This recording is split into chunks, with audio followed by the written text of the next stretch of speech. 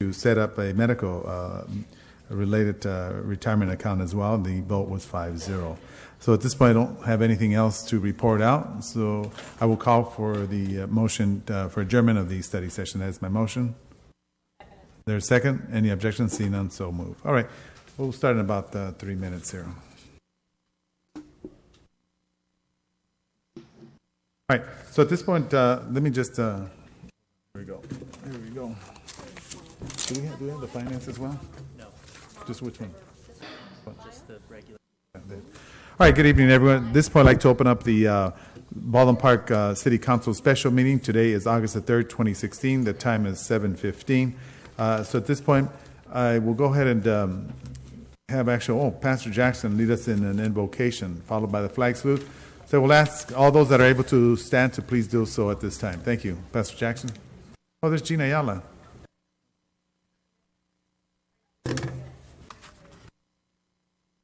Heavenly Father, we come before you in the name of the Lord, giving you praise and thanksgiving. We thank you, Lord, for Baldwin Park and the years that it has been established, and those that are working diligently to make Baldwin Park a good city, a great city. We're asking you, Lord God, and putting your hand upon our citizens, our police department, our school department, Lord God.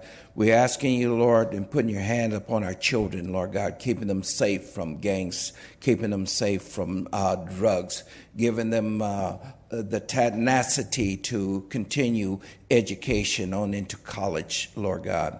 We thank you for our businesses in Baldwin Park, Lord, that it will prosper and that it will grow. We thank you, Lord, for our military that is out helping to keep our nation safe. And we know and realize and recognize that we're coming into an election season. Give us wisdom and knowledge and understanding in whom to vote for. And Father, we thank you for yesterday with the police department and the citizens of Baldwin Park coming together in unity. Not only do I pray for Baldwin Park and their citizen and the police department, but our nation, Lord, that they will come together in unity and put a hedge of protection around our police department that is out there serving to protect.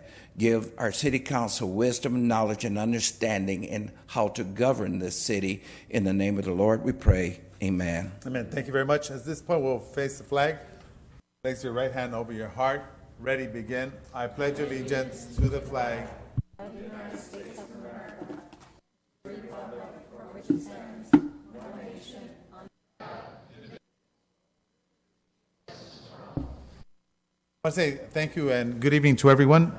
Tonight, I want to close on behalf of the mayor of the city of Irwindale, Mark Bercida.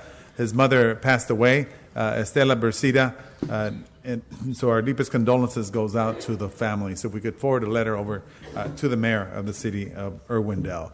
Anyone else wishing to close? And anyone in particular? Yes, Mayor, I want to close on behalf of someone. Her name is Gloria Bocanegra. She lived here in Baldwin Park and raised her family since 1968. And so we would like to close on her behalf.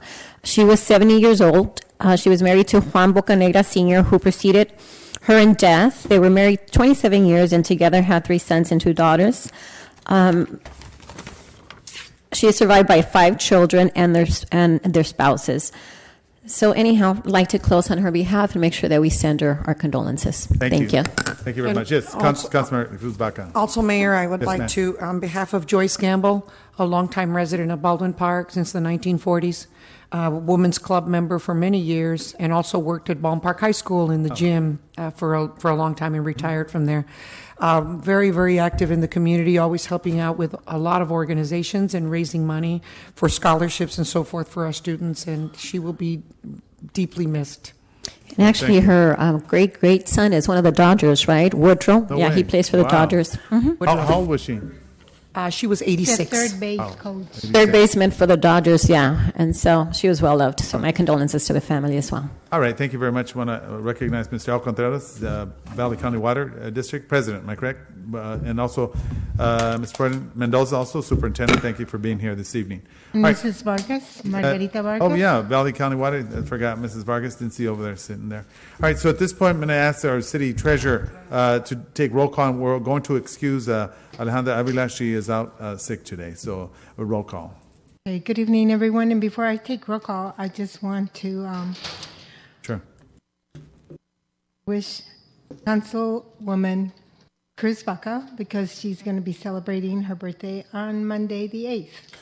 Oh, is that why the countdown's there? No, I'm just kidding. I thought she was going to say how old I'm going to Whoa, be. hey, it's just a number. It's just a number. Well, and Mayor, before we do take I don't roll celebrate call, if I may take another moment, also our legal counsel just celebrated an anniversary. Oh, that's right. A birthday. His birthday was on July 29th, but we also want to introduce his lovely wife. She's right here, and she's here to surprise him. I don't know if she saw him, Oh, but come on up, come on Leslie, up. come. Come We on want up, to take a that's picture right.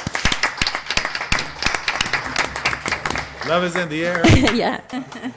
It's 25 Leslie, years. come up here. Let's take a picture They've with been you. married for 25 They're years. celebrating 25 years, but it was also Robert's birthday, so they're celebrating two things. We're into pictures here. Come on. 25 years. With the silver balloons for the 25 years. Did you charge my camera? Oh. No, if you charged it. Here. Very cute. Silver balloons. Us girls can be sneaky, you know. Oh, you were coming down? It was a hard time.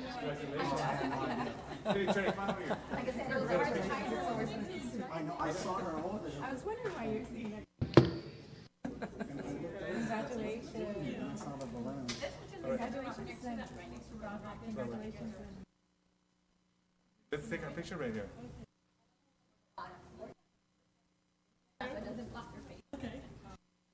A little bit tighter, please. Take a few pictures. 3, 1, 2. Hold it. Okay. Okay. And 3, 1, 2. Hold it. Now, last one. Okay. Sorry about that. Hold it. Too many pictures. 13 pictures in there. All right. Would you like to say a few words? Would you like to say a few words? That's so nice of you. Thank you. All right. Would you like to say a few words? Yes, I'm going to say that. Actually, I would like to say just Yes. if you don't mind, Mr. No. First of all, I'd just like to thank the mayor and the city council for acknowledging our anniversary. It was very kind of you. It was not necessary, but I really do appreciate it. And most of all, I would like to just tell my wife how much I love her.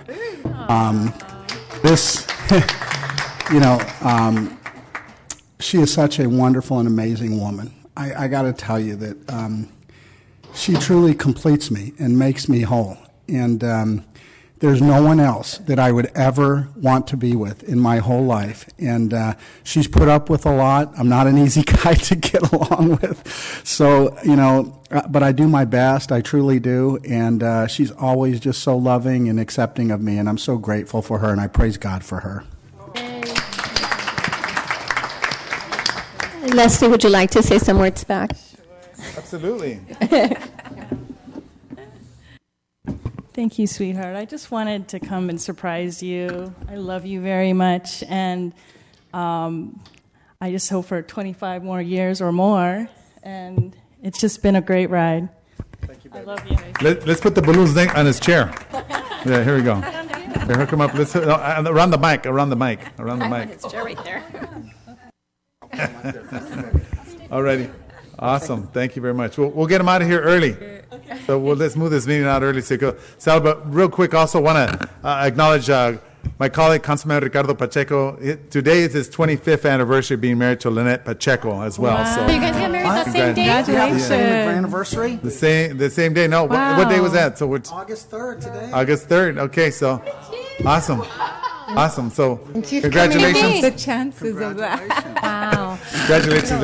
Let's try and move the meetings out so you guys can go celebrate That's as well. incredible. Okay. Yeah, really quickly, Mayor, too, I know there's a lot of announcements, but we do have the 5K this weekend, so we want to encourage everyone at home, everyone here, to come and join us. The mayor will probably win his category, as he always does, so nice, right? And also, we want to thank our police officers, of course. We had such a lovely, lovely event last night, and it was amazing. We had our police officers cooking hot dogs, the community out there in full force, and it was really, really tremendous. So thank all the police officers, all of you guys that are here, and everyone listening. We really appreciate it. We don't take you for granted, and I really appreciate the interaction with the community. I've seen it firsthand, and what you guys do is amazing, so thank you. Yeah, so definitely. So be down at 5K. Mark Adams was supposed to race me this weekend, but unfortunately, he's going to be in Cabo over the weekend. So next time around, I asked the chief, but the chief said he couldn't get the shoes on time for the weekend. So next year, chief. All right. Mayor, I just want to say really quick, I just want to acknowledge Mr. Contreras, and I wanted to tell him that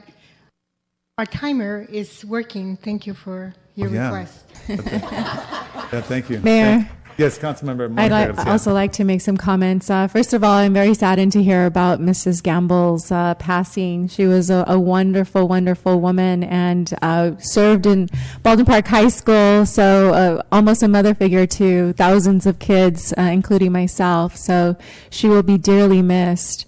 I also wanted to, in the name of moving things along and also appreciating our staff, just wanted to encourage that we are mindful of the time that we spend here, that we're wise with how we spend our time here, especially with staff. They have such a long day. Their day starts at 7:30 in the morning. And so let's be really, careful about how we use our time. If there are any questions that can be resolved in advance of the meeting, I would encourage that preparation take place. And, if there are any pressing issues, of course, we're here to ask questions. We're here to get clarity. But wherever possible, let's go ahead and do that preparation in advance. And it's a way of respecting our staff, their time, and the work that they put into this meeting. Thank you. Thank you very much. All right, so moving along with at this point. Councilmember Cruz Baca. Go ahead. Oh, Councilmember Susan Rubio. Present. Councilmember Ricardo Pacheco. Here. Mayor Pro Tem Monica Garcia. Here. Mayor Manuel Lozano. present. Thank you very much, Maria Contreras. All right, so we do not have any presentations, so this must be because of the anniversaries. So we're going to go over to consent calendar. Council members wishing. Oh, excuse me. Public communication. Almost forgot. Sorry about that. All right, at this point, I'd like to open up the public communication. Anyone wishing to speak? Yeah, approximately 3 minutes. Thank you.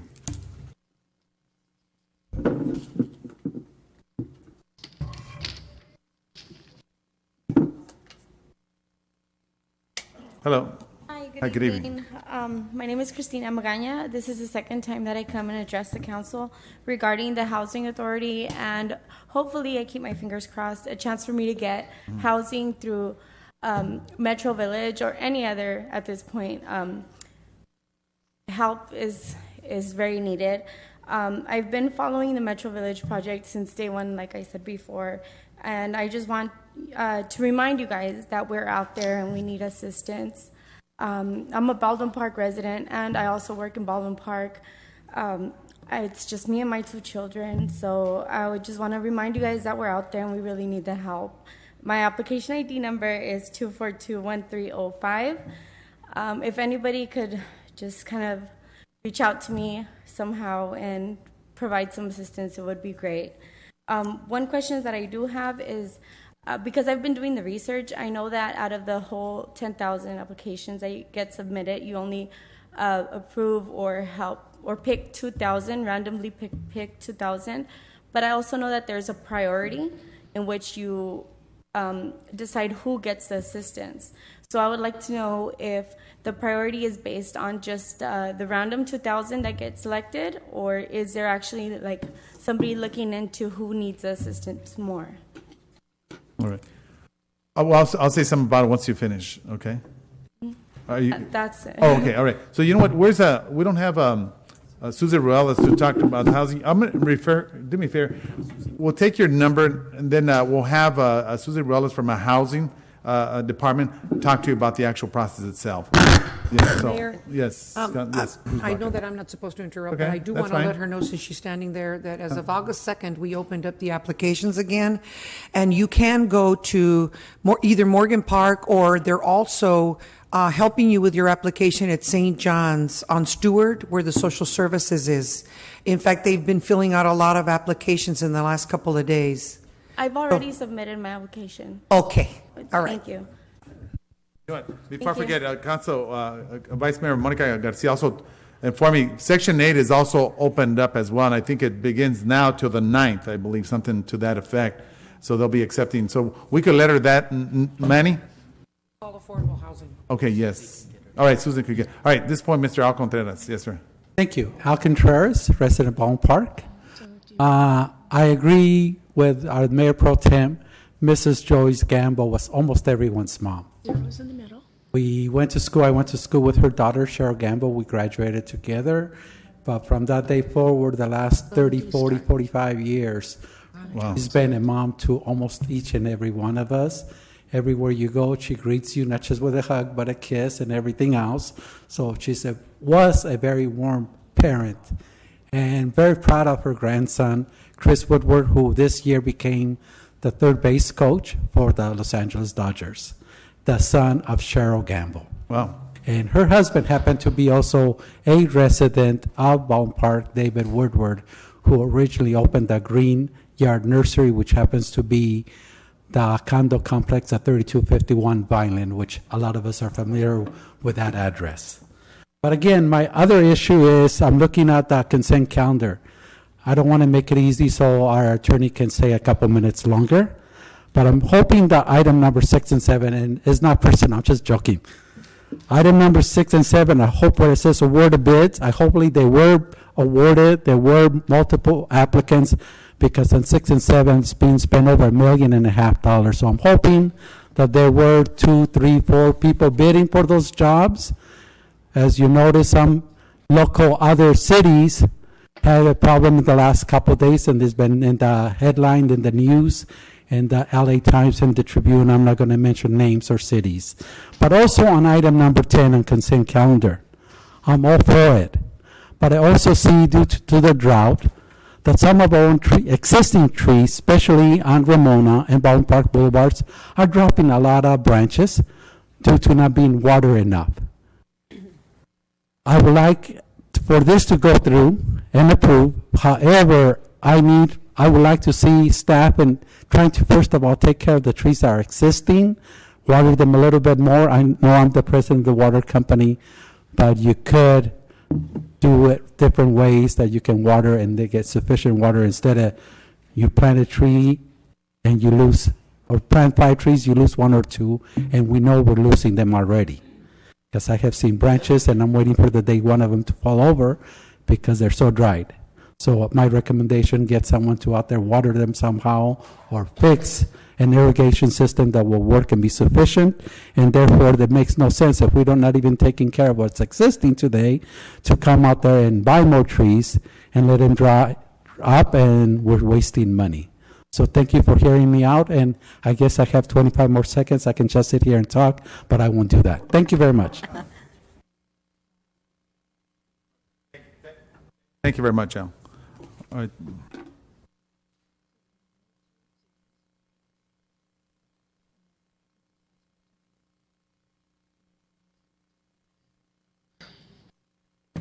John Rios, resident. I want to talk about those raises you guys gave yourselves. It seems like we're turning into a bell system. You know, you want to pay attention, or you just going to talk to the mayor and the CEO? Okay.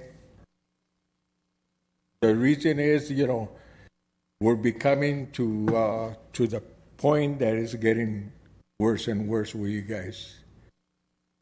You know, what happened in South Del Monte, Bell, and other cities is getting to be right here. I told you in the beginning of the year we were going to keep an eye on you guys, which we are.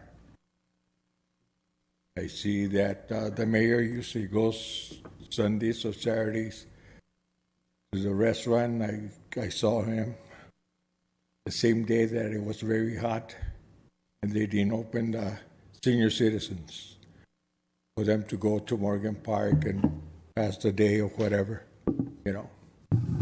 I was there till past 10 o'clock, and on the way back to my house, I saw the mayor and his friend. He's always with him, you know. But it's getting to the point that you guys have to realize that we are keeping an eye on you guys, you know.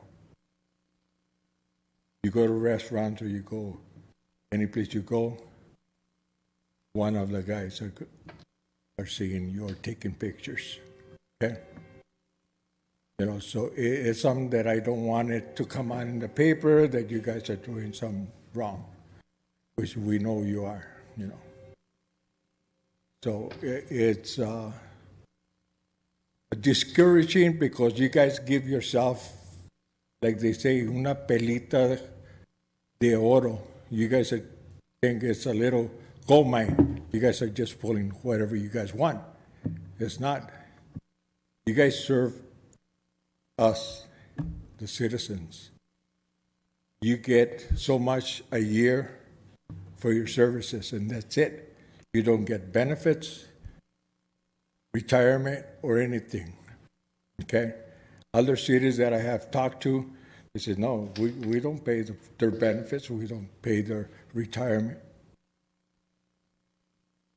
It's just an honor to be a mayor or a city council.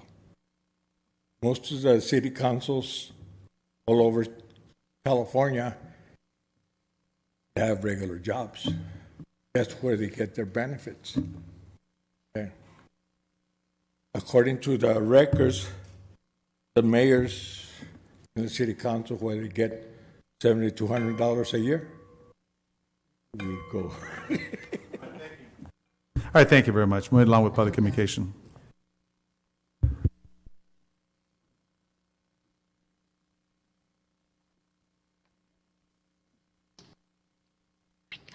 Hello, City Council, Baldwin Park residents.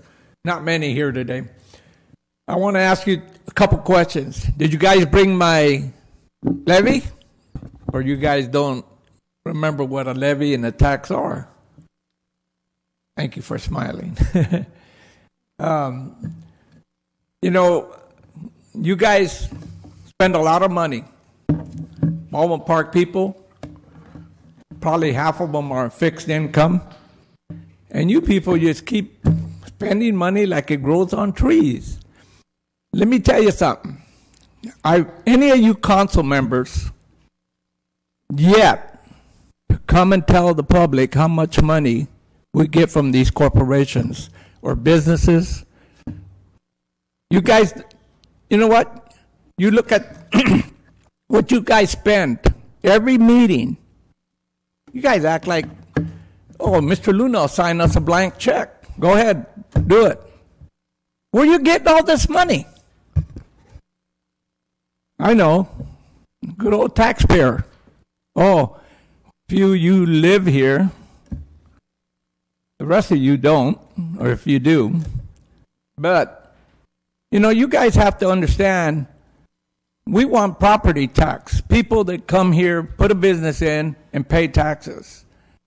That way you guys can keep spending all this money that you guys don't have. I know you're saying he doesn't know how much money we got.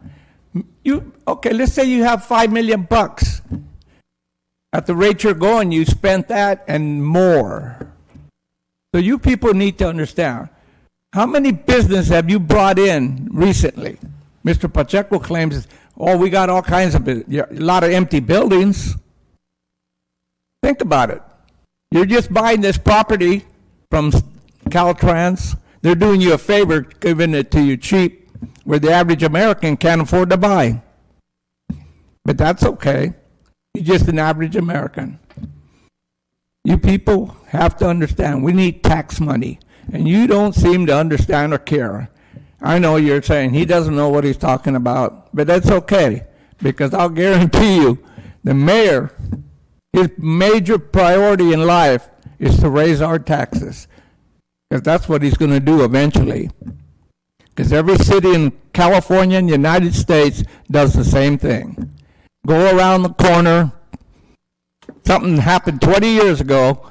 Go ahead and do that. A good example is the levy tax.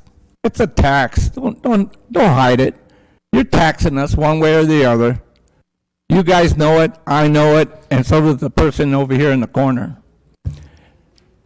You can go to anywhere you want to go in California, United States, and that's how you got, oh my God, I heard that. Appreciate that. I'm moving along with public communication.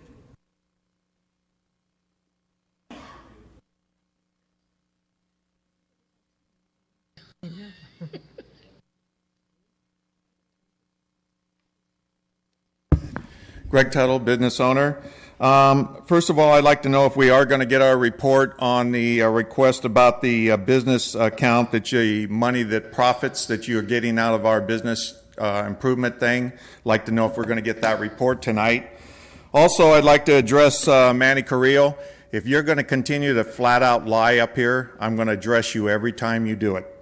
You lied on the vector control meeting. I was at the second meeting. There was no 150 people there. There was maybe about 10 people from our group. Everybody else there was seniors. The mayor was there, and he can attest to it. And everybody was there for a meal, a free senior meal.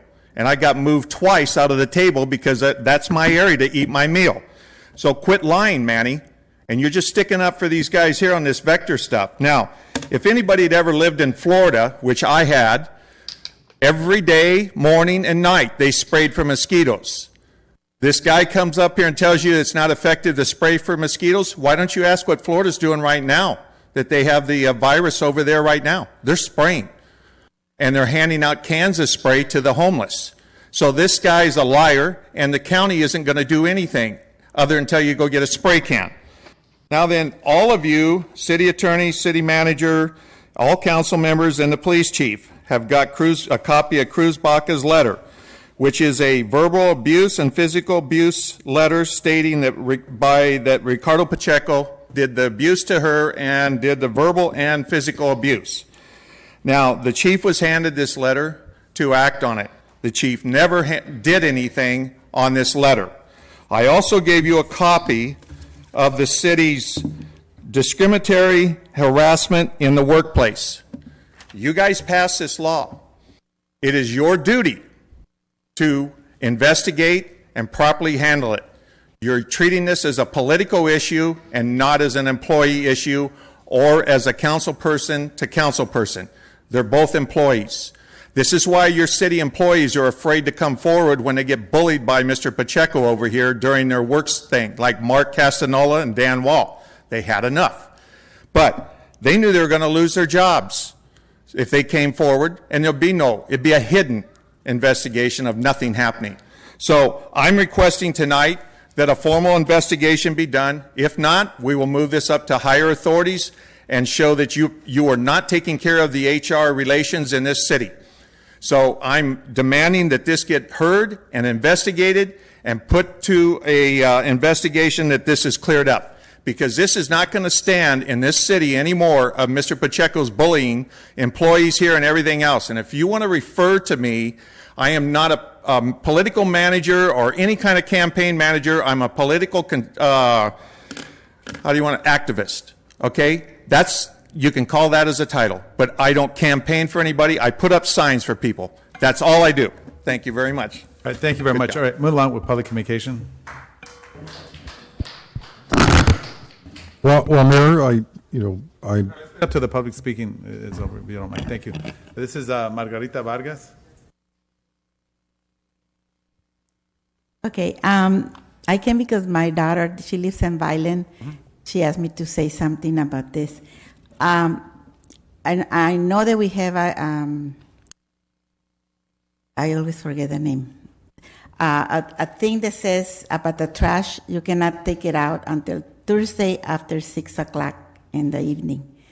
But we see trash cans all over the city during the whole week. And, they don't look good because they're not supposed to be there. And then the other thing is a lot of mattresses, sofas, and And I told her, we have an ordinance, I remember the name. I said about that people have to call and tell them, and the trash will remove it for free. But most of those places where they are, those trash, is like in apartments, and you cannot tell who did it, because who's going to be washing, who's put the mattress outside. They do it during the night. But I told her, maybe you can give a ticket to the owner of the apartments, then the owner will be more, serious with the tenants and tell them you cannot do that.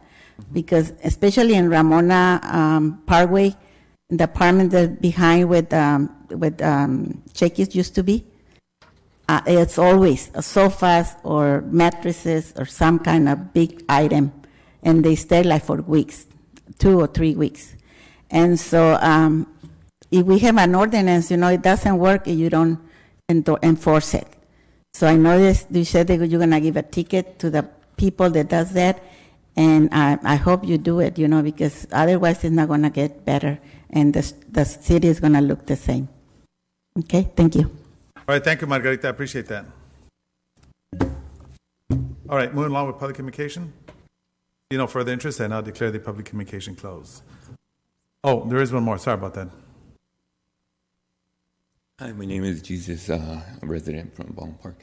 I just wanted to point out that I'm not an engineer, but the 2 walkways that they made on Francisquito on the side of Sierra Vista, I knew from the very beginning when they made the little islands in the center of the street that was going to create a problem, because I actually witnessed somebody hit the center one, and I'm pretty sure it got real damage to the front end of the car.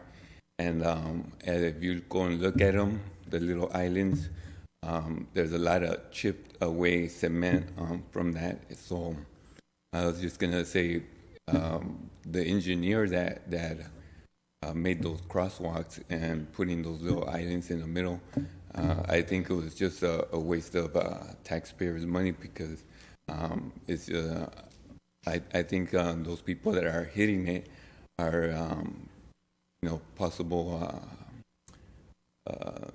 going to sue the city because it's creating that problem. I just wanted to point that out. Like I said, I actually witnessed somebody hit it.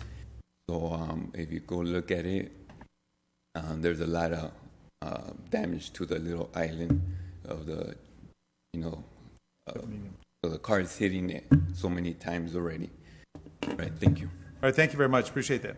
All right, at this point, anyone else wishing to speak under public communication? If not, at this point, I will now declare the public communication closed. All right, Mayor, yes, I'm sorry. Yes, Councilman. I hope that it's okay, but I'd like to sort of say something about Margarita Vargas, the waste management. I don't know if, I'm sure all of you, that we were all walking up Main Street yesterday towards the Target, and there was a mattress at a residence, and they had actually written, WM, please pick up. So, and that was yesterday. So, and there was some beat up furniture that was there as well. I see a lot of it. I did report it to code enforcement in my neighborhood as well, that for years I've been saying is a dumping ground. So I do think that our staff does whatever it can. But I think it's also the responsibility of the residents, whether you live in an apartment or whether you live in a house. It is your responsibility to report that there's trash out there, and it does not look good. That area of Main Street is very nice. I'm not saying that it's okay in other sections, but it is a very nice neighborhood. And there was this mattress. I'm sure you saw it, Mayor. I did see it, yes. We were all walking past it. So I think I agree. Either we have to enforce the ordinance, or we have to amend an ordinance that is existing already, so that we can try to see if we can clean that up. Absolutely, I agree. Thank you. Mayor, may I add to that? Only because I had given it some thought. It's interesting that you're mentioning that, because we did take a walk, and that's how you get to see everything that happens on the streets. And thank you, Margarita, because I agree with you. I was thinking about that yesterday. Because what happens with building owners, sometimes they just don't take responsibility because they don't live here. They live in other communities. But I was thinking of amending the ordinance and perhaps including, we cannot give them a fine because they'll pay the fine and we still don't know who's throwing out the trash, but perhaps compelling them to send out notices, first offense, to send notices to all the residents, letting them know once again what the ordinance is, that you cannot throw or put trash out before Thursday. Second offense, same thing, but make sure it's in Spanish and English. And third offense, let's compel the building owners to pay for cameras in front of their buildings. So now we can see who's throwing out the trash because it's going to continue. I've seen it for way too long as well. So maybe we can take that approach where at the end, we force everyone to have cameras when they're apartment buildings because I think those are the biggest violators in our community. But thank you, Margarita. Thank you, Mayor. Thank you. Yes, Councilman Ricardo Pacheco. Yeah, I agree. I think it takes an effort from the property owners, car code enforcement, waste management, all working together to make sure that all this gets picked up. I think we need to encourage our residents to call. There's a time to call and get those large bulky items picked up. And I know that that's always happening. And I know that Terry Muse is always the one that's kind of promoting these programs and making sure that a lot of this is taking place. So, I mean, I haven't seen her around, but maybe we need to get her back out here to kind of, start promoting all those issues. She's very forward on making sure that community's involved in these issues, and she kind of gets right on it. So maybe we need her to kind of get it back engaged. Thank you. Absolutely.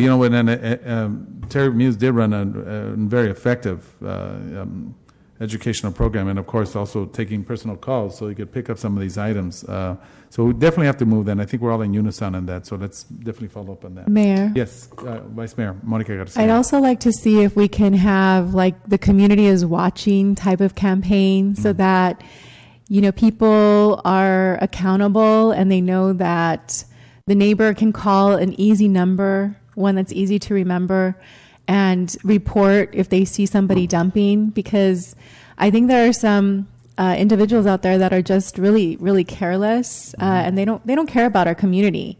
But if they know that they're being watched and that the neighbors are watching, and I think it's a big enough issue in our community that enough people care about this, that they would take notice and welcome a campaign like that. So maybe we can develop a number where it's like a hotline where you can call and report illegal dumping, and just circulate that to the community. Right. And put that in the now. Let people know that we're watching. Mm-hmm. Yeah, I think that's a great suggestion, but it's interesting because there is a 1-800 number established now, but it's just, you got people, like you said, they're probably just dumping them. I mean, I'll be honest with you, this past campaign, I sat on an easy chair that someone left out in the open. but the fact is, after I used it, called in. But yeah, that is an issue. But Mayor, let me say, and that's a great idea about Mayor Pro Tem. However, there's a camera practically in front of my house that the city put up, and the people still, on a weekly basis, it's almost like clockwork. In the middle of the afternoon, it doesn't matter what time it is, I'll go up the street and come back like 20 minutes later, and the other day there was a stove, and somebody, within a half an hour, someone had already picked it up, luckily. But there's a camera there. People just don't respect that. So, another thing that used to work years ago in Baldwin Park, which was part of the Baldwin Park Beautiful or Beautiful Baldwin Park or whatever program, maybe we can do something like once a month where we have like a cleanup day, where people, or maybe every 2 months, where people actually have a chance to say, you know what, they're going to be coming around, we're going to be able to clean all this, and they can clean out all their stuff, and someone will pick it up and get it off the streets. I'm glad you brought that. Let's look at, because I thought that was part of the contract. West Covina does that. Yes. So they dump everything. We need to definitely, glad we brought that up. So can we look into that? Please. All righty. And if I can add to, Mayor, my mom lives in front of an alley, and there was a neighbor down the alley that was dumping. And so when somebody saw and reported, they got a knock at the door, and they were informed of fines and consequences, and they didn't do that again. So again, I think it's important that people know that we really promote a type of campaign along those lines, as we're watching, the community is watching. Something along those lines. Sounds good. All right, thank you. One last thing. Can we just, with everything that everyone said, maybe perhaps if our CEO can look into how feasible is it for us to give a small reward? Because, people sometimes are compelled by finances, right? And so maybe a small reward, and just to see what, grant or fundings we can look into that qualify. Thank you, Mayor. Okay, thank you. Real quick, just want to address, I know that Mr. Alcontreras brought up the bidding process, and yes, it was a competitive bidding. That's available for you to review as well. And of course, common law, we're required to go with the lowest bidder. So just to let you know in reference to that. And then we're looking forward, hopefully, to get these trees and the vegetation, I should say, the bid to at least update some of the medians, because of course there's super dry. We talked about that in study session. You have all those needles just all over the place on the street, so we'll address that as well. And then I know Mr. Tuttle brought up about the business report, so we could follow up on that as he referenced to that, and so we could please give him that type of information. And with reference to the housing, the individual that was here, again, it's very competitive. Unfortunately, it had a lot of applicants for housing, so there's an indication that housing is a necessity very much. I think that's the only thing that I have at this point. So we're going to go. Yes. Mayor, just again, I just wanted to iterate that on the bid items that that was brought up here. If you look at staff reports, I think it's 5, 6, or 7 or one of those. It does have a full report. It does show a number of construction companies that bidded on it, and they went for the lowest responsible bidder. You can talk to the Public Works Director on what that statement actually means, but they did have, I don't know, it was a good number of people. I guess there's about, maybe on one report that I saw, at least 10 construction companies that bidded, and they got some good bids, pretty close, all of them. They got the lowest one, and that's how we did these bids. Thank you. Also, I just want to address, the campaign manager, Cruz Baca, comes here, makes all these statements, as he always does. Mayor, we always say we were not going to allow. Talking about Councilmember Cruz Baca, that is not allowed on the dais. Okay, please. all right. So at this point, I have to address something. Well, let's just. Ms. Baca did not say anything. Okay, let's be respectful. This letter that they're telling me is response. Yeah, I mean, if you really want an investigation, Cruz, I mean, you could just ask for one. This is wrong. I don't think that it's true. But if you're asking for something, just say it. I mean, I understand that you went to the chief, you asked for, you just said you wanted to talk and you didn't want an investigation. So I'm not clear. I mean, is this something that you wrote and you want investigated? If so, then you can ask for one and we'll do an investigation. Mayor, I'm going to say the same thing that I said last week. Yes, ma'am. I have often asked Councilmember Pacheco to meet. He has not. I will not discuss this and take up time, as even Mayor Pro Tem said that we were wasting time 2 weeks ago, which that's her opinion. But I would like to discuss this off of the dais, not here, while we have residents and constituents. All right. Okay. Waiting. So at this point, Mayor, I understand that, but I just want to make it clear. So you don't want an investigation? I will not discuss it on the dais. If you wish to discuss, I will have a meeting after. End the story. I take it as a no. Thank you. all right. Okay.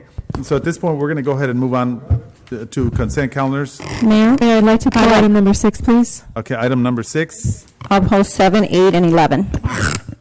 And I'm going to pull 2, 9, and 10. Okay. 2, 9, and 10. Mayor, if I could just make a comment, and I know that every council member has questions to ask and they want to go through this, but at council members, I know that we have staff available to us at all times to ask a lot of the fundamental questions that I think may be asked here. So I think it's important for our time and the public's time just to ask questions that are needed. But if you're going to ask just questions that are very fundamental, I'm going to take issue with that, and I'll bring that up as we go. Thank you, Mayor. I have comments actually to make and not just questions. Well, Mayor. All right. So let's go ahead and go. No, excuse me, Mayor. I've just heard that twice. I mean, it feels like we're being somehow asked to educate on how we should be asking questions. We're here to be responsive to our community, and I think we should be giving that opportunity no matter how long it takes. And the reason I have to take issue with it, because last council meeting, I did take long because there was a lot of concerns and questions that I had. As you all remember, Councilmember Ricardo Pacheco and Mayor Pro Tem Monica Garcia walked out, and that's okay, but I have the right as a leader of this community to ask any question that I want. If it takes a long time, I think that's still my right. I need to be very satisfied with the questions that I ask and the answers that I get, that I'm fully confident that I can vote on items. Other than that, I'm not going to vote on items, but it just doesn't feel right to be told when and how we can ask questions. Thank you, Mayor. Real quick, just want to clarify that both Vice Mayor Monica Garcia and Councilman Ricardo Pacheco did leave in accordance to parliamentary procedures, the Robert Rules of Order. So there was really no violation. We actually voted, and of course, the three of us remained, but they actually, we did go through the actual process as well. And that is their right. Absolutely their right. And they're welcome to leave anybody, but they can't sit here and tell us to cut our questions short. That's anybody's right to leave anytime they feel like leaving. But we as council members have that right to keep asking those questions, and anybody could leave at any time. I never question that. I'm just saying that we should be asking the questions that we have concerns. Just for the record as well, just so that the audience know that when they both decided to leave and we voted, the items were not of immediate, it wasn't the actual business, it was nothing on the agenda. It was under the communications. So just so that individuals know what transpired on that day. And Mayor, yes, again, I think it's just, it's so important to be wise with everybody's time at this meeting. So I would just ask that of the colleagues, and also, according to Robert's Rules of Order, if there's an item on the agenda, I would ask that we take a motion and move it forward or deny it and move the meeting along. This is not about asking questions and not being able to ask questions. I understand that we do have a lot of questions, and we have 2 weeks between meetings to ask all the questions. We can request meetings with staff, hour, 2 hours. I know that they are willing to meet with us. And so at this meeting, I would just ask that, we're careful, and we just are careful with everybody's time. Thank you. Right. Mayor, I'd just like to say, Cruzback. We receive our packets on Thursday evening. We sometimes can look at the emails on Thursday afternoon. However, I am speaking personally for myself. I'm not able to look at this packet and what's on the agenda until probably on Friday, Saturday, or Sunday, which is a few days before our meeting.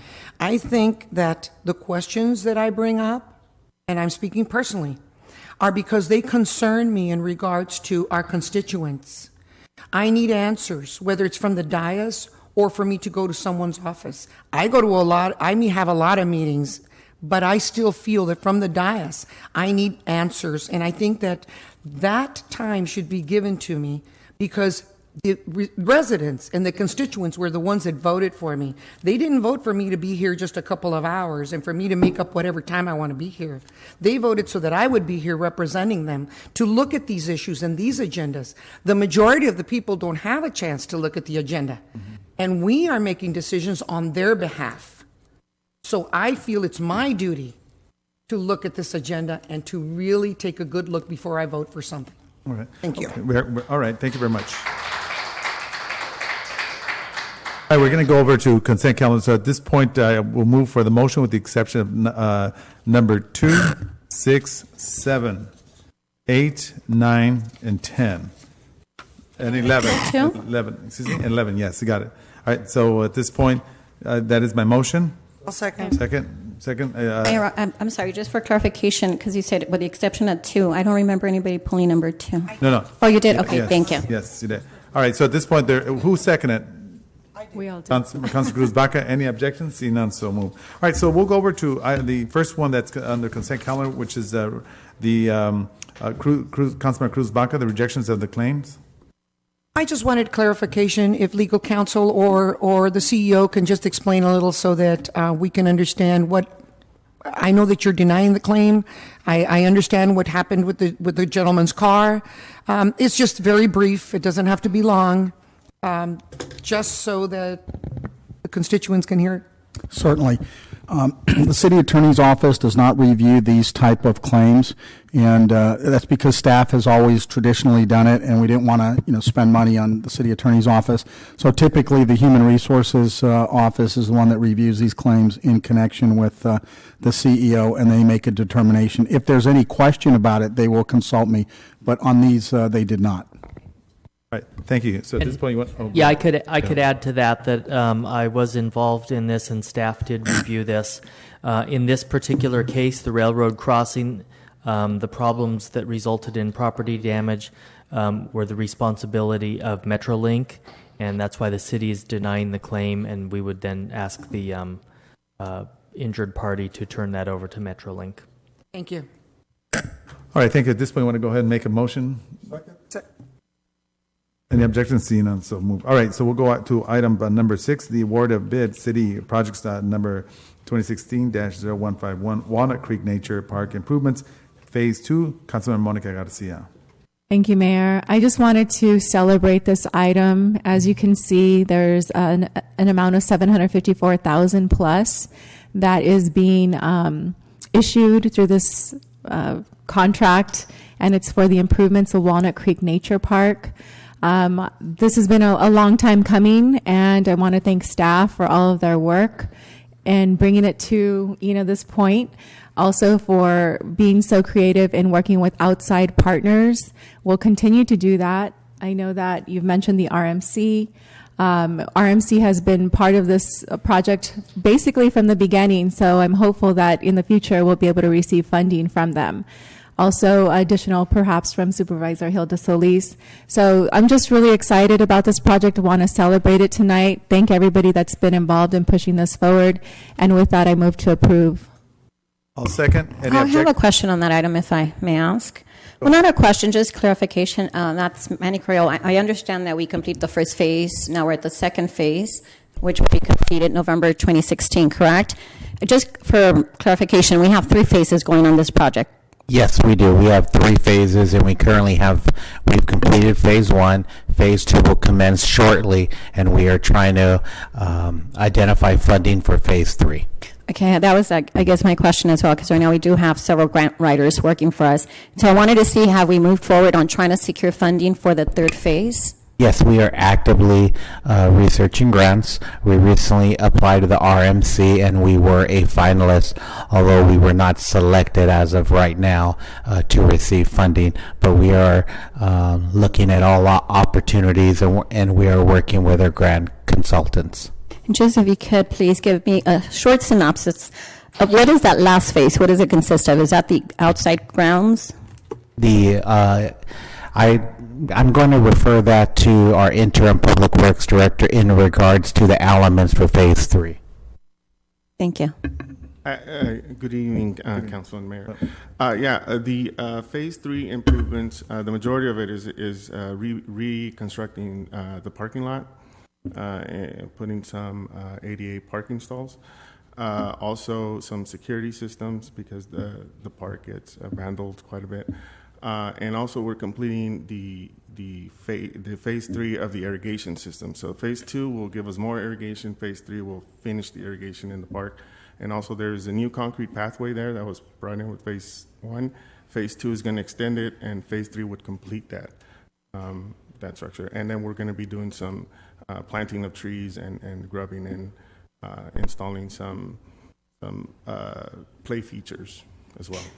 Thank you. And the reason I ask, because I've had a lot of constituents call me on their concerns about loitering and crime and graffiti, and so I need to be able to respond to them that we're headed to phase 3, and that will take care of like cameras and parking structure and all that. So, in addition to the cameras, there is a access through Hensel. It's a cul-de-sac that's in the back. It's not working right now, but we plan to open that up so that PD can be able to drive through the park and surveil. And exit out on Fraser. Okay, thank you very much. Appreciate it. I have a question in regards to the irrigation. Is the irrigation going to be non-potable so that way we can water and? No, the irrigation is connected to the old existing irrigation, which is potable water. Oh, okay. Thank you. All right, thank you very much. At this point, you want to entertain a motion? Yes, I'll make a motion to pass. I'll second. I'm sorry, I made the motion earlier, Mayor. You're right, Yes. and I believe I seconded it. Thank you. Right. Yes, Okay. I stand corrected, yes. Sorry about that, Vice Mayor. All right, so at this point, we're moving along, and we'll go over to item number 8, which 7, that's right. Sorry, hold on. 7 by Susan Rubio, the award of bids, city projects amid MTD, 1854, Corax storm drain improvements. Councilmember, Susan Rubio. Well, I have a couple of questions, but Sam, can you just please really shortly just clarify what the project is so then I can ask the question and everyone knows exactly what we're talking about? Yes. The project entails constructing some storm drainage to primarily address the flooding at the intersection of Francisquito and Ramona. We're going to be installing stone drain along Corac, Francisquito, and Earl, and connecting it to an existing LA County storm drain. This will, the benefit area, primarily the intersection of Ramona and Francisquito, we're expecting that after we complete the projects that the flooding will be minimized considerably. Thank you. And I know that's been a really big concern for our community for a long, long time. But my question is, and I know that for some reason we share the land with Irwindale, and you're going to have to somehow negotiate with Irwindale. My question is, have you negotiated? Have they agreed? And what if they don't pay? Because I know that there's like $26,000, correct? That they still have to pay in order to make this work. So where are we on the stage of negotiating with Irwindale? The bid came in very good within our standards, so we do have the money to complete the work. However, a portion of the storm drain will connect to a Irwindale catch basin, and there's work involved in that. And we have approached the city of Irwindale. The meetings have been positive so far. I think they're going to cooperate, but we don't know yet. They haven't at this point. Okay, well, just let us know if you need any of us to reach out to Irwindale so they can be more inclined to help us on that project. Thank you very much. I appreciate it. Mayor, I'd like to move item number 7, please. All right, Vice Mayor, and seconded by Councilmember Ricardo Pacheco. Any objections? Seeing none, so move. All right, item number 8, which is the waive former bid procedures for the purchase of janitorial supplies through the National Intergovernmental Purchasing Alliance. This is Councilmember Susan Rubio. And the only reason I brought this up, because I know that we've had a lot of concerns about just recently, I know on the comments portion about bidding and that kind of stuff. And so we want to make sure that everything is transparent. Just want to clarify that the reason we're waiving the bid process is that it's it's cheaper to buy it this way with the county, correct? Can you explain that? Who's doing this right now? Is it you, Manny? Yes. And again, just we want to make sure that people know that there's reasons why we have to forego the bidding process, and this is one of them. Can you explain? Thank you. Yes, we are waiving the formal bid process procedures, and we are piggybacking on the national IPA, the National Intergovernmental Purchasing Alliance. So it is more cost effective for the city to purchase on a national purchasing power rather than just locally. Thank you, Manny. And with that, I'll make a motion to pass. Thank you, Mayor. All righty. Seconded by Cruz Baca. Any objections? Seeing none, so move. All right, item number 9, which is the adopt resolution approving the application for the youth soccer grant funds and approval of the conceptual design for the construction of a community park at Olive Middle Schools. At this point, Councilman Cruz Baca. Yes, this item concerns me because unfortunately, school board member Christina Lucero was not able to be here. And I do see Superintendent Froilan Mendoza out in the audience. But I'm going to read something that she wanted me to read on her behalf. And she says, please share my concerns with the fact that the city will be spending money for plans for a property that the city does not own. Nor do they know if it's going to be approved by the Board of Education, especially since the first time it is going to be presented is on Tuesday. So she is very concerned about us moving forward with this item, and so am I. I feel that right now this is premature. We're going to be spending money in order to put this plan together. So I would really like to continue this item up to September so that way it gives the school board as well to have a meeting and to discuss this. I don't know if it's appropriate for the superintendent to speak about this, but I feel that this is premature, and since we don't know if the school board is going to allow us, I feel we're spending money. Mayor, Councilman Ricardo Pacheco. I would suggest the only way to move forward is that we get approval from this board, so when you go to the school board and ask their support for it, they know that this city council, where we stand at. So I would say continue to move forward and have staff work with the school board, to present it to the school board, and then we'll take it from that point. I think that we should wait to see if the land will be given to us on behalf of the school board and see how they feel about it, and then move forward to spend any monies for plans or whatever. I think we're doing the cart before the horse here, and I really do believe very strongly that some of the school board members, and we have the superintendent, as I mentioned earlier, sitting in the audience, that are concerned about this particular item. I think that we've waited this long. We can wait until September.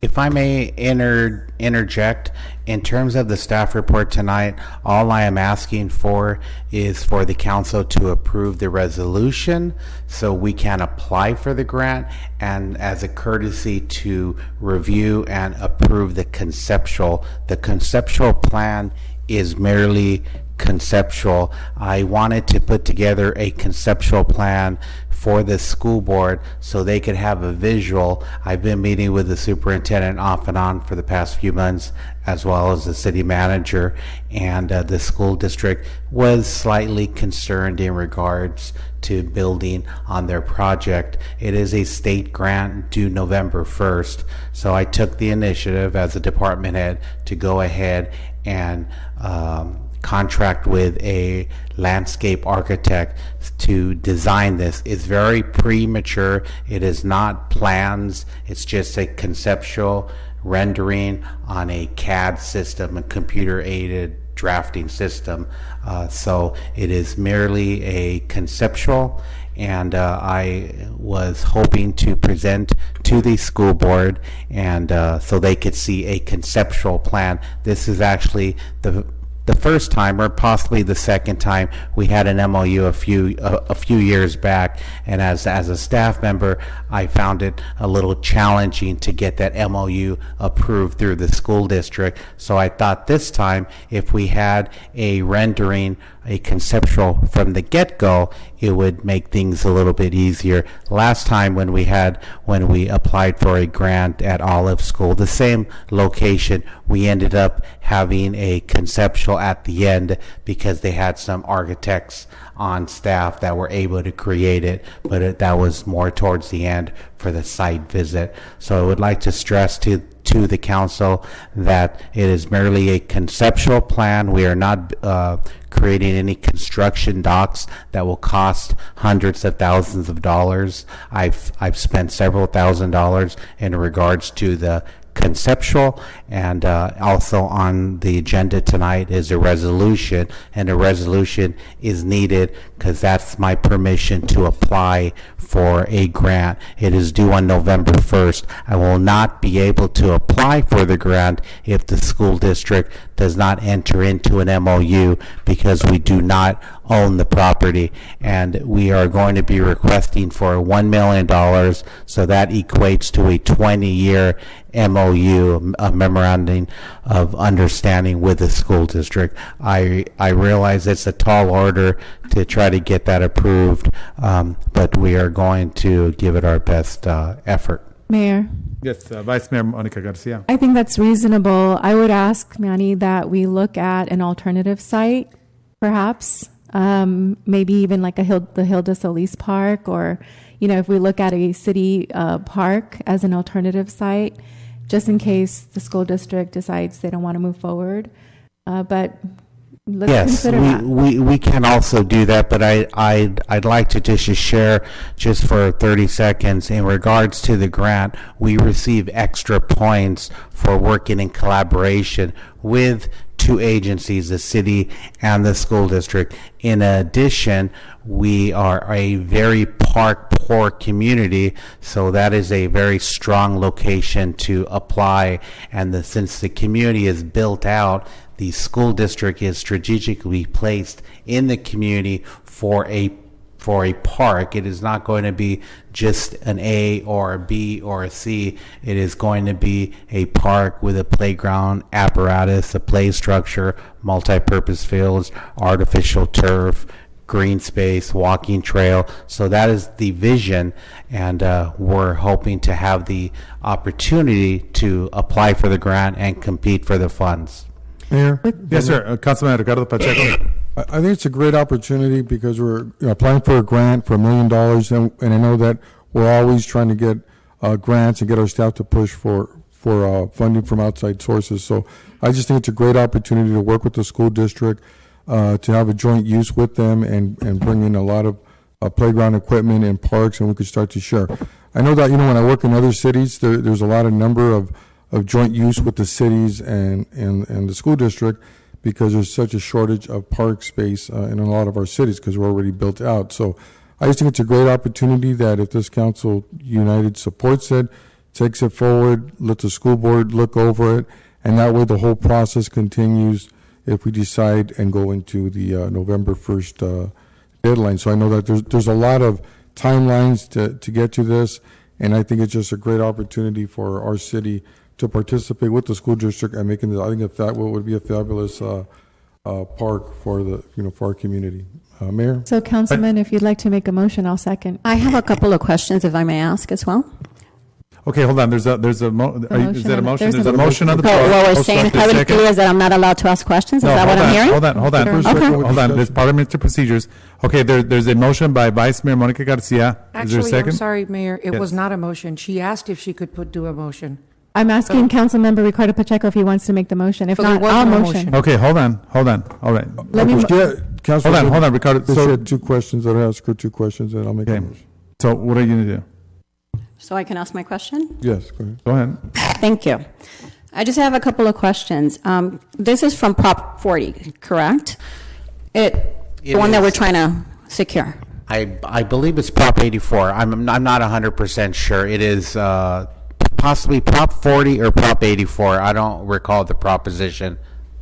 So is this available for any open space, or does it have to be a joint use project? It does not have to be a joint use project. It is open, or the project can be basically anything. But please keep in mind, when we had the county public input meetings recently, there was a big interest for open space on that end of town. Okay, and the reason I say that because I know that we were questioning the amount of money we had for the park plaza that was proposed here, and money was an issue. And I'm just wondering if we could also go ahead and submit a proposal for that plaza to see if it's possible to get funding for that. What are your thoughts? If those are council's wishes, I would be more than happy to apply for both projects. I have put together multiple packages in the past. Because if I remember correctly, and I know that that was a high need, but also the park plaza in those community meetings that we had also came out on the top priority for our community, and that's what they were asking for. So I'm just wondering if we should focus on the needs of our community. Okay, hold But on. I'm not done. Let her finish. So I'm just wondering if we could, because I think that that would make a lot of sense. We wouldn't have to pay for it ourselves, and I know that they're asking for shovel-ready projects, conceptual plans, and everyone knows we already spent $500,000 on this park project already. We already have the designated land. It would be so easy to submit it for a grant and just see if we can get some funding. I mean, there's no guarantees, but I think it would be worth a try. Do you think that's possible? Absolutely. If those are council's wishes, I can come back with a staff report with a resolution. And as I mentioned before, the resolution is needed in order for staff to apply for a grant. Mayor? Yes, Councilman. I'd like to make a motion to approve this item. I have my second question, Mayor, if I may ask. I made a motion. Okay, hold on. There's a and I'd motion like on the to- floor. There's a motion on the floor, and it's been seconded by Vice Mayor Monica Garcia. Are there any objections? Yes, for the record, I would like to keep asking questions that I have. And Okay. so I will object. There's been a- Thank you. Okay, so at this point, we're going to go ahead. Madam City Clerk, excuse me, Treasurer, could you take roll call, please? So this is to support the motion on the floor made by Councilman Ricardo Pacheco and also seconded by Vice Mayor Monica Yes, Garcia. but Mayor, let me intervene here. Councilmember Rubio was still talking when Councilmember Pacheco interrupted her. Okay, So I stop don't that. think Given that this more than- motion is fair. I'm not gonna- She was still talking, and she Here, did say, and I made pause. I made a motion, and it was seconded. Seconded. It was a There's a roll motion. call vote. Okay. Yes, there's a motion and a second, and call for the question. All right. So at this point, thank you. So at this point, excuse me, stop, Al, stop, Al, just stop. Al, stop, Al, stop. Do me a favor, could you escort him off? I want him to escort him out. No, I will Stop, not Al. do that. To a dear Al? friend. That's fine. No, I refuse to have him thrown out. Okay, all right, so at this point, Al, you're going to have to, I'm sorry about that. No. All right. Let's just go So at make this the point, motion, Cruz. Let's just City make the Treasurer, motion. go ahead and go through a roll call, please. Councilmember Ricardo Pacheco? Yes. Mayor Pro Tem Monica Garcia? Yes. Councilmember Cruz Vaca? No. Councilmember Susan. Susan Rubio? No. Mayor Pro Tem Monica, I'm sorry. Mayor Manuel Lozano. Yes, okay, the motion passes 3-2. All right, so at this point, moving along with the item number... Number 10, I think. Okay. Item number 10 by Cruz Baca, which is Councilman Cruz Baca, adoption a resolution of the City Ball Park approving the application for grant funds from the Los Angeles County Regional Park and Open Space District for First Supervisory District excess funds for tree planting grant programs and approve the adoption of the Youth Employment Plan. All right, Councilmember Cruz Baca. Yes, I just had a question. I just want to be sure that we're going to be using the Conservation Corps as the Youth Employment Plan, or considering that. In the past, we have used them, and it has worked very well as far as doing some of the work in the medians and so forth, and I want to be sure that they are being taken into consideration. So who is in charge of that? Absolutely. Oh, Sam. Yes, that's my item. Yes, absolutely. We are going to be approaching, and I have a meeting scheduled with the Conservation Corps to see how we can incorporate them into this project, and they did participate in the previous grant. Thank you. I make a motion that it pass. Second. There's a motion by Councilmember Cruz Baca, second by Vice Mayor Monica Garcia. Any objections? See none, so moved. Can I just add a little Yes. bit to that? And I know Go that ahead. it was, if I may ask, I'll ask permission now. May I make a comment? Yes, go ahead. I know it's Hilda Solis that came up with this. She's the one that's providing this this funding, and I know that she's been instrumental in helping, like, the Conservation Corp and all the kids who are really struggling to get jobs. So I just want to send a thank you note to her. If we can send Ms. Supervisor Hilda Solis a thank you letter for trying to secure funding for our communities. Thank you, Mayor. All right, thank you, Councilmember Susan Rubio. At this point, item 11, which is approval of agreement with amusement for the carnival services. And who's requesting this? I did. Oh, okay, Councilmember Susan Rubio. Well, thank you, Mayor. Just once again, in the interest of transparency, and I know that there's a lot of questions on funding, I know that we're securing this amusement park, but I just want to share that we will be making money on this. We estimate it will be like $12,000 worth of revenues, correct, Manacria? Correct. So even though we're paying for securing the services, it will be offset by the funding that they will bring in. Am I wrong? No, yes, you are correct, and they will be providing security through the police department, and they will be paying for the police department officers, as well as they will be providing us several hundred free tickets that we distribute to the home liaisons, who are like the social workers at the schools, and they have identified the children that are in the most need of those type of services.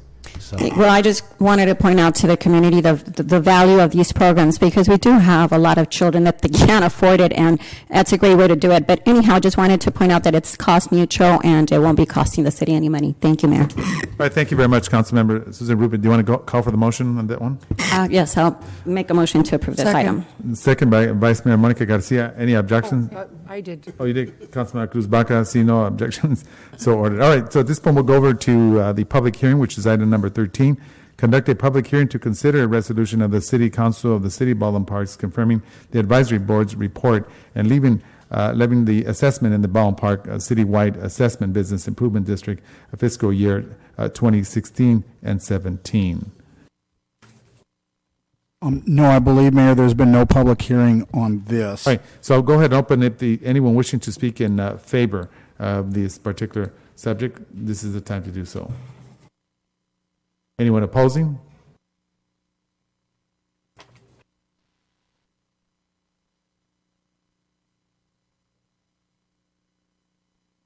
Hello, everybody. You know, you people are ridiculous. Two people are trying to help this city run good, and you other three, whew, I tell you, what a waste in life.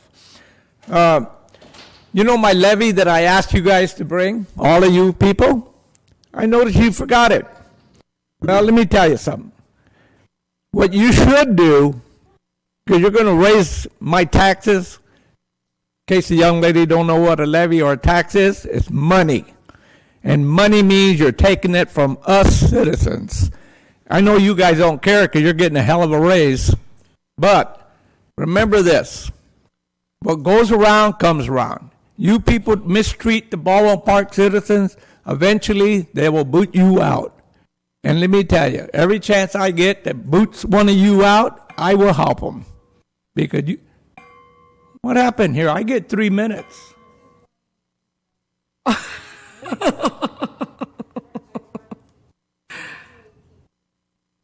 $250. Am I wrong? They made a mistake, Mr. Luna. Oh, yeah. I'll keep talking then. Okay. So you people need to understand that. You're going to raise my taxes. I don't care which way you put it. You're going to raise it. And I object to that. I know it doesn't do me any good because you three people are going to pass it anyway. Mr. Pacheco, Garcia, and the mayor. You're going to pass no matter what the heck anybody says. Your objection in life, pass everything you can. Where are you going to get all the money? Mr. Pacheco, mayor, and Garcia, where are you going to get all this money? Poor old taxpayer. You're going to throw the taxes at him. I know, look at me kind of funny, it's all right. But remember this, taxes come out of your pocket just as much as they come out of mine. The CEO, these gentlemen over here, and ladies, sorry, over here, you guys live in Baldwin Park. If you do, you're going to be paying higher taxes. But if you don't live in my city, it doesn't matter. Because in your city, and your cities, you're going to pay higher taxes than I pay. So you want everybody up here to hurry up and catch up with you guys. Well, I object to that. And you know darn right I'm right. But Mr. Pacheco, Mr. Mayor, and Senora Garcia, you people are ridiculous. You had a guy thrown out because he's telling you the truth. What kind of people who voted you people in? I'll guarantee you one thing, they're not here. They're not here. You know who's here?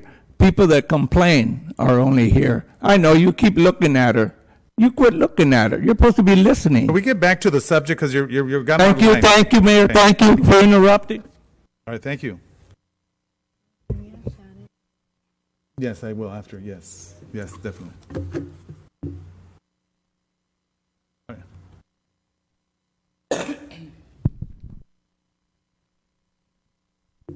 Hi, good evening. Is it working? Danny Damien. I just have a couple questions regarding the attachment A on the Business Improvement Tax Fund. I noticed that you guys moved some numbers around, and we didn't get that report that you guys promised that we would get 2 weeks ago, answering some of the questions that we addressed.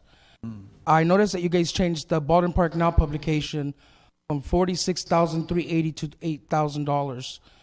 Now, the street market, you guys had it on there as a certified farmers market for $15,000. You guys have it on there now as a street market, and that went up from $15,000 to $35,000. Concerts in the park went down from $24,000 to $5,000, as well as the 4th of July Spectacular. That went down from $36,000 to $29,500, leaving the other three items the same. So my question is, in reference to these numbers, how did you guys come up with the numbers?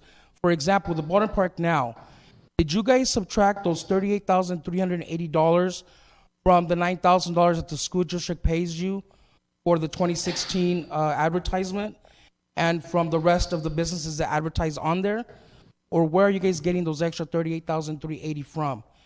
The $15,000 for the street market, why is that now $35,000 when you guys voted to bring in that market you guys have now, because supposedly it was going to increase the city's revenue, not the other way around?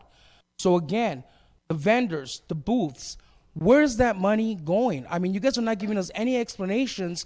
Mayor, I'm sorry, but you directing us to your directorship for answers is not acceptable. You are the mayor of this city. It is your responsibility to know where these numbers are coming from or going. So we want explanations, and we want you to answer our questions. Not direct us to Rose, who's your finance director. 2 weeks later, we still don't have answers to our prior questions. So am I going to have to wait another 2 weeks to get answers to this? No. We want answers. Do you know why? Because we're the ones forking out this money. The residents, who are the taxpayers, and us business owners who bust our behinds and make sure that everything else is paid for before we get paid. so that you guys can decide how this money is being spent. These gentlemen and ladies up here are the ones who make up the advisory committee that you guys put together along with your city manager. Why isn't any of the businesses from our city on that committee? Why aren't we the ones helping you make the decision as to how you spent the extra assessment that you guys charge us every year for our business licenses? Come on, guys. You know that this is wrong, and you know that you're screwing us, the residents and the business owners. So come on. Let's do the right thing for once. Give us the answers that we're coming up here requesting, because me coming up here every 2 weeks is getting old. But I'll continue doing it. Thank you. All right, thank you very much. All right, move along with the public hearing.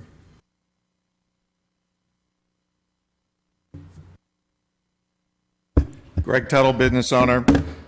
First of all, on one section here, section 6, it says the business area, and I don't really know what the defined business area is for downtown, but you show assessments at 50% or more.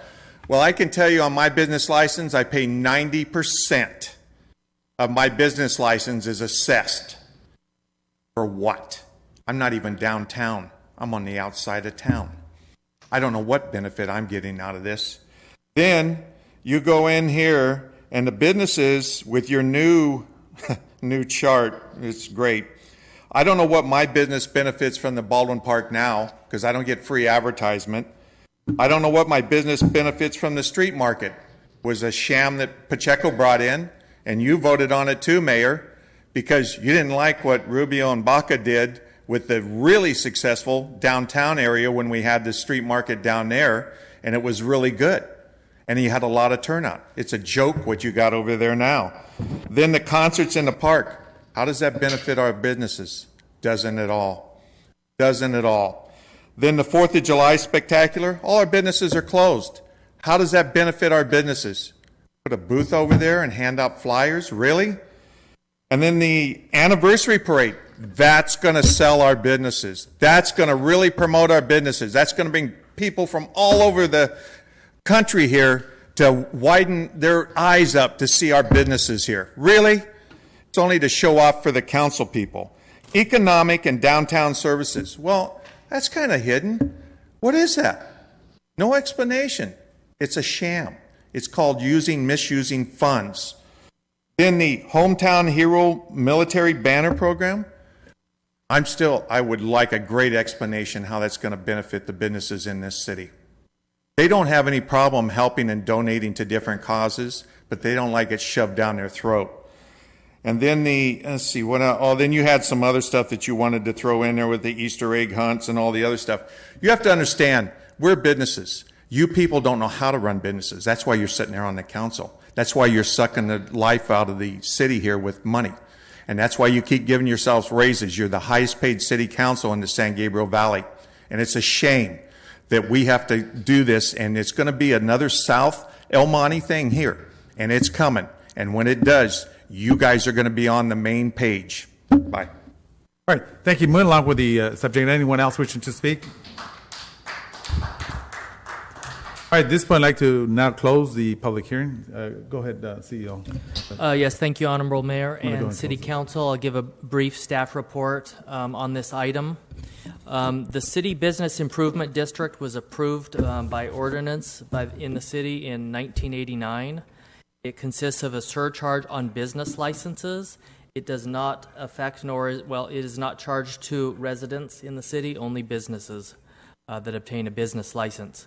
The ordinance clearly spells out what the funds can be used for. It allows the city to use the funds for decoration of public places, promotion events in the city, music in public places, and general promotion of business activities.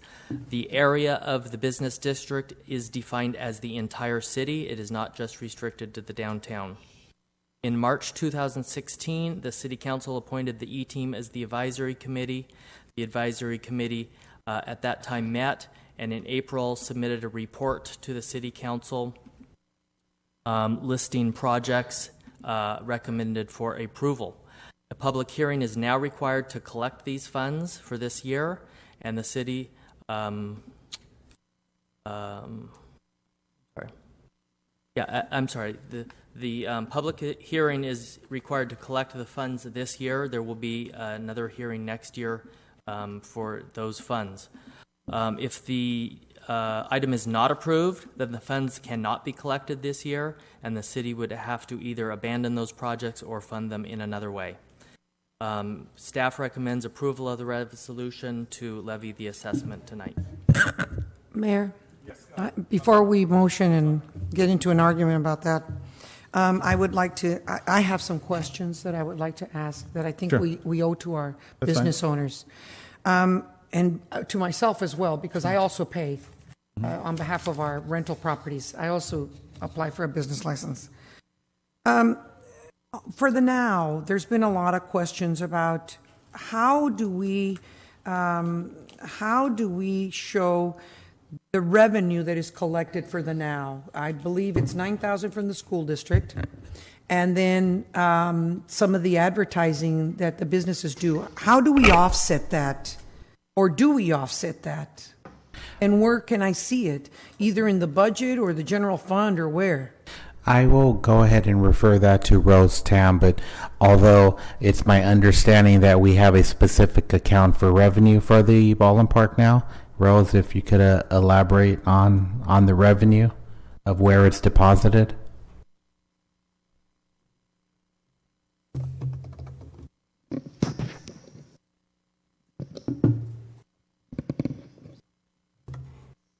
Sorry. The revenue will deposit back to offset the expenditure for the Baldwin Park now. Okay, but I think your question is how much revenue we collected, right? Yes, how much revenue is collected, and does it go? You say that you've got a special fund for the now. You've got a special fund, which is correct. So whatever is collected goes into that special fund, and out of there it offsets so that we end up with $26,380 from. What would the total be if you didn't collect any of the money? And how much money is collected? I will go back to the office and print the details for the revenue we have been collected, for example, in 2016, and provide you that information. Okay. All right. Thank you. Also, the other one that concerns me is the farmers market, and Manny Carrillo, maybe you can answer this. When we originally went with the certified farmers market, I was under the understanding that it was not going to cost the city anything, but yet on the warrants and demands for this past month, I saw that we paid $800 to the gentleman that brings the ponies. So I believe, unless there were other ponies that were brought into the city? I believe that was for another event. I do not believe we are paying. Oh, Shannon's. It was for 4th of July. Okay. We had the ponies there, but we do hire vendors for special events like the awards portion for the Itsy Bitsy mini sports programs and things of that nature. So it is very common to hire magicians, pony rides, and slides and things like that. For 4th of July. For 4th of July and other events around the year. Okay, now on the 4th of July, it says $36,000. Is that worked into the $36,000? Because I saw the pony rides in a separate for warrants and demands. That was a separate amount. Is that included in this $36,000, or is that all these magicians and so forth that you're mentioning? Is that separate? No, it's included in the total amount. In the total $36,000. Yes. Okay. So your budget is $36,000. What about our employees' overtime? Is that included in the $36,000? Because it is a holiday, the 4th of July. Yes. No, it was not included in the July budget? 4th of July expenditure sheet. Those items are approved as part of the budget in each respective cost center and or department. Okay. All right. Thank you.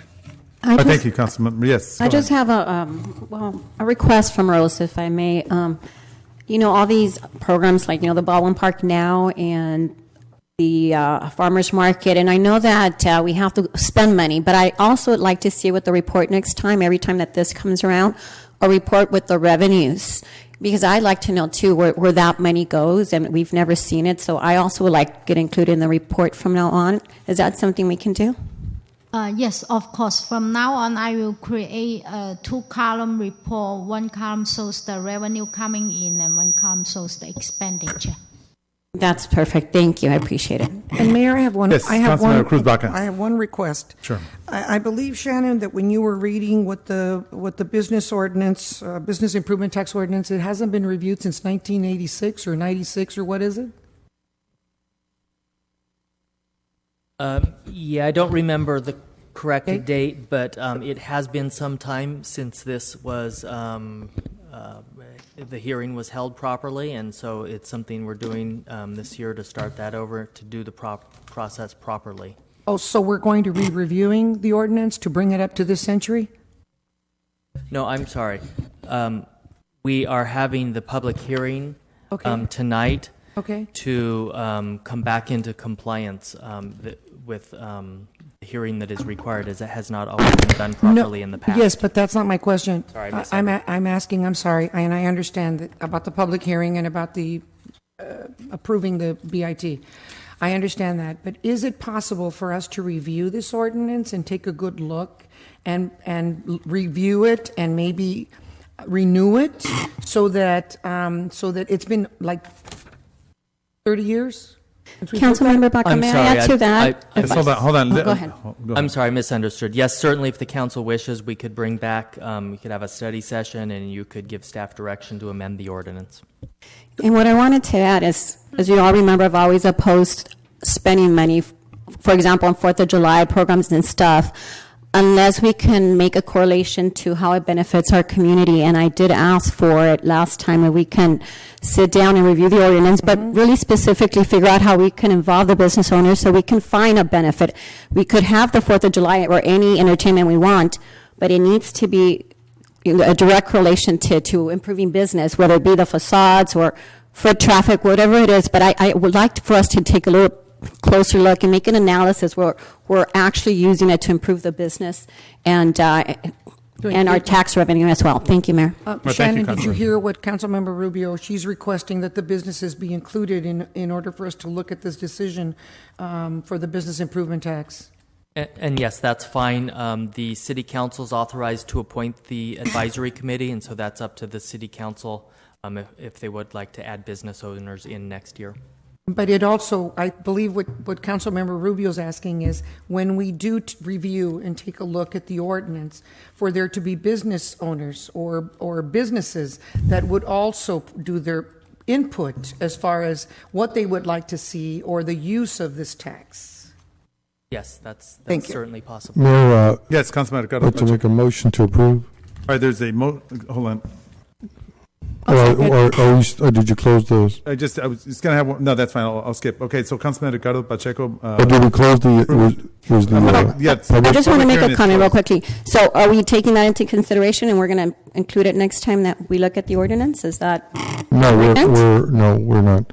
We're closing the public hearing. Public hearing is officially closed. Okay. So we're not including the business owners in the process? I just want clarification. No. Okay, thank you. All right. Mayor. Are you making the motion? I'm making a motion to approve this item. All right. Is there a second? I'll second. Second by Vice Mayor Monica Garcia. Any objections? Seeing none, so moved. Yes, I One object. objection? Okay, Oh, one you objection. object. I City object. Treasurer?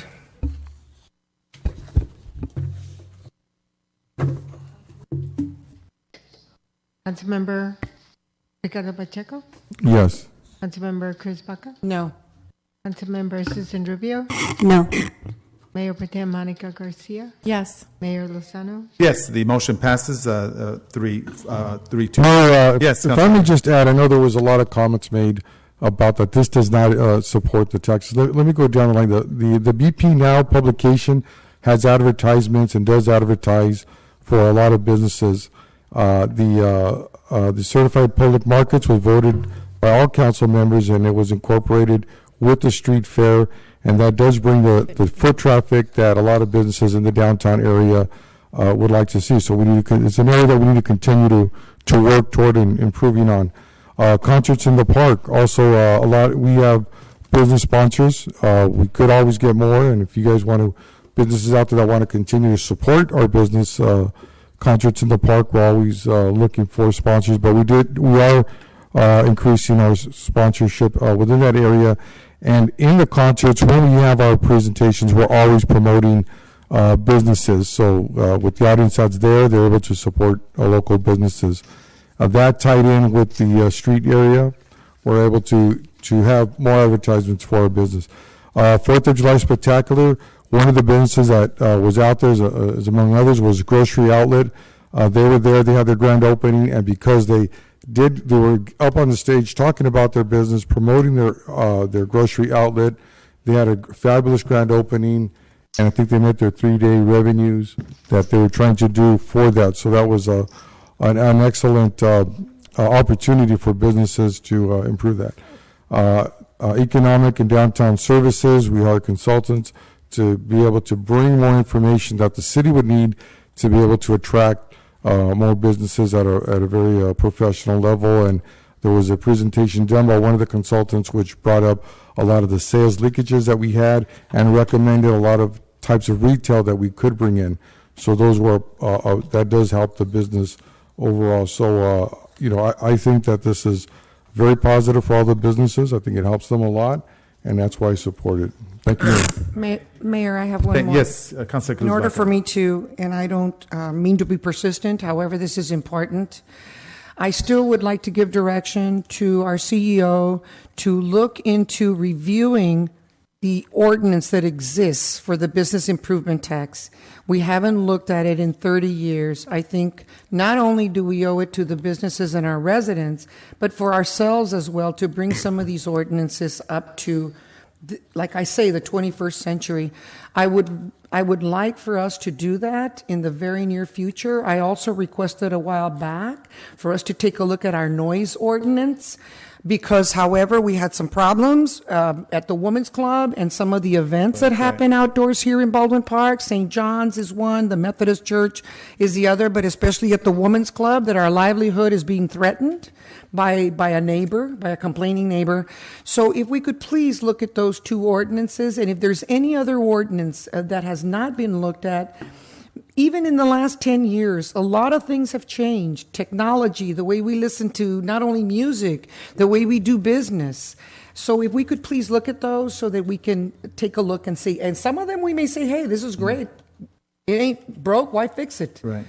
So I think that if we could please take a look at that and also include, especially with the BIT ordinance, include some of our businesses to come in and do their input. That's very important. Thank you. Very good. Thank you, Councilmember Cruz Baca. Yes. Yes, go ahead. Councilmember Baca, I just wanted to let you know that I did draft that noise ordinance, and that'll be brought back for the next meeting. Oh, thank you. I'm just bringing it up since I've got a chance to be able to talk about the ordinances, so thank you. Certainly. All right, we're going to go over to reports of officers, the item 14, which is a 6-month update on grant writing activities from California Consulting and Del Sol Solutions. So do we have... Yes, there are reports attached to your staff report from each of the grant writers, California Consulting and Del Sol Solutions, and representatives from both of those firms are here available if you have questions or if you'd like them to speak about what the work that they're doing. Can we request? I was going to say, can we start with California Consultant and hear the report and then hear the other one, and so we can then ask our questions then? Is that okay? Yeah, that's fine. Okay, Go thank ahead. you. That's fine. Good evening. Good evening. Good evening.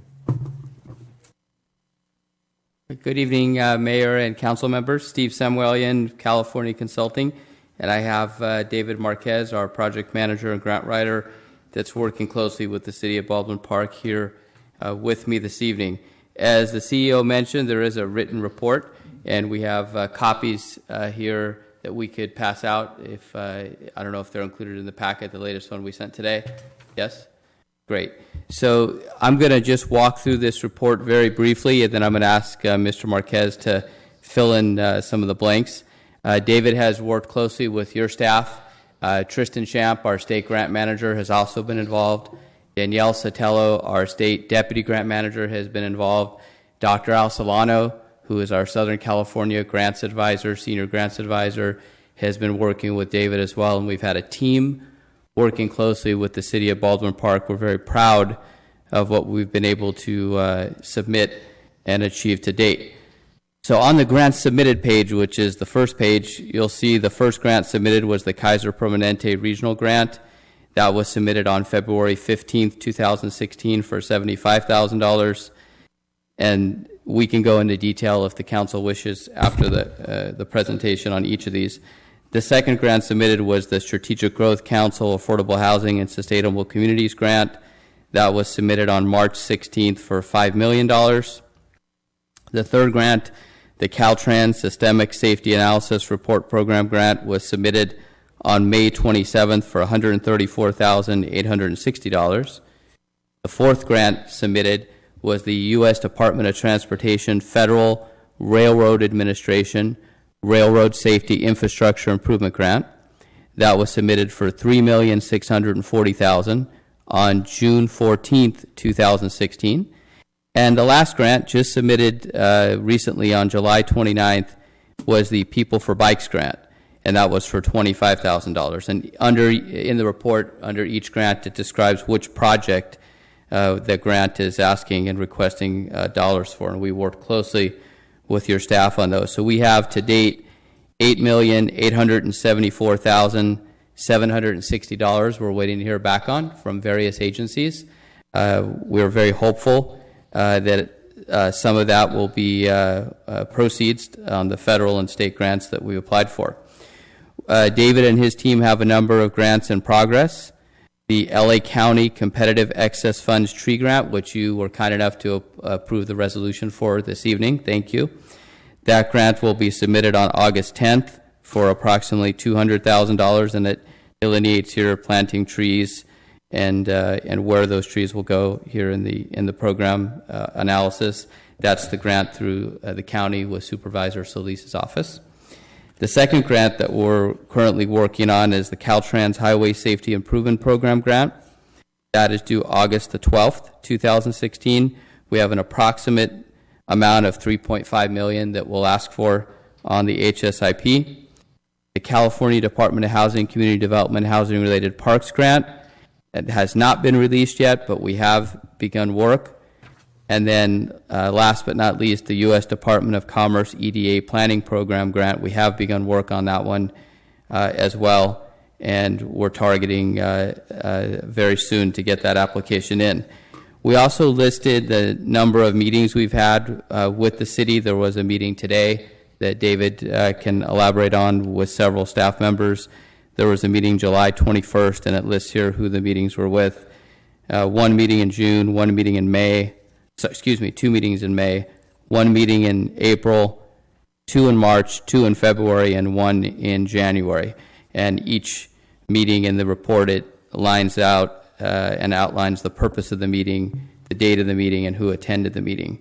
So I'd like to ask Mr. Marquez to just fill in some of the details, if that's okay with you, on these. So I'm going to turn it over to David. As a reminder, we were assigned to work with 2 city departments, Public Works and Community Development. So we're working with 2 departments, Public Works and Community Development. Those are the 2 that we're assigned to by our contract. So, Mr. Marquez, over to you. Yeah. Good evening, Council. Just a quick note. These are the meetings included in here, but not all the emails and the phone conversations and conference calls. I didn't include that because that would just build up. The meetings are important because that's when we get a lot of stuff done, but it doesn't. I didn't include all the emails and all the conference calls, so that's kind of in between that. So that communication is steady. I want to thank your staff for their work, working with me. They've been very responsive. I do want to make something clear with regards to Community Development Department. When I started, there was Mark Consigal. Mark, and that transition, Mark left, the transition kind of slowed things down there while we're getting there. Manny and Victor were very, Jesus. Hold on, I'm sorry. I have an 18-year-old kid. He's very needy. Anyways, so that kind of slowed down things down in the front. The Kaiser grants, understand that Manny will be handling those grants because of the relationship with Kaiser. So that kind of started with Mark, but we've had that discussion there. So with regards to the follow-up with any kind of Kaiser grants. And then also with a transition when Mr. Wall left, but I've been picked up with Mr. Gutierrez and his staff, and we've had very productive meetings. I want to say the other thing is that we're not writing grants for the sake of writing grants. Quantity is important, but quality is more important.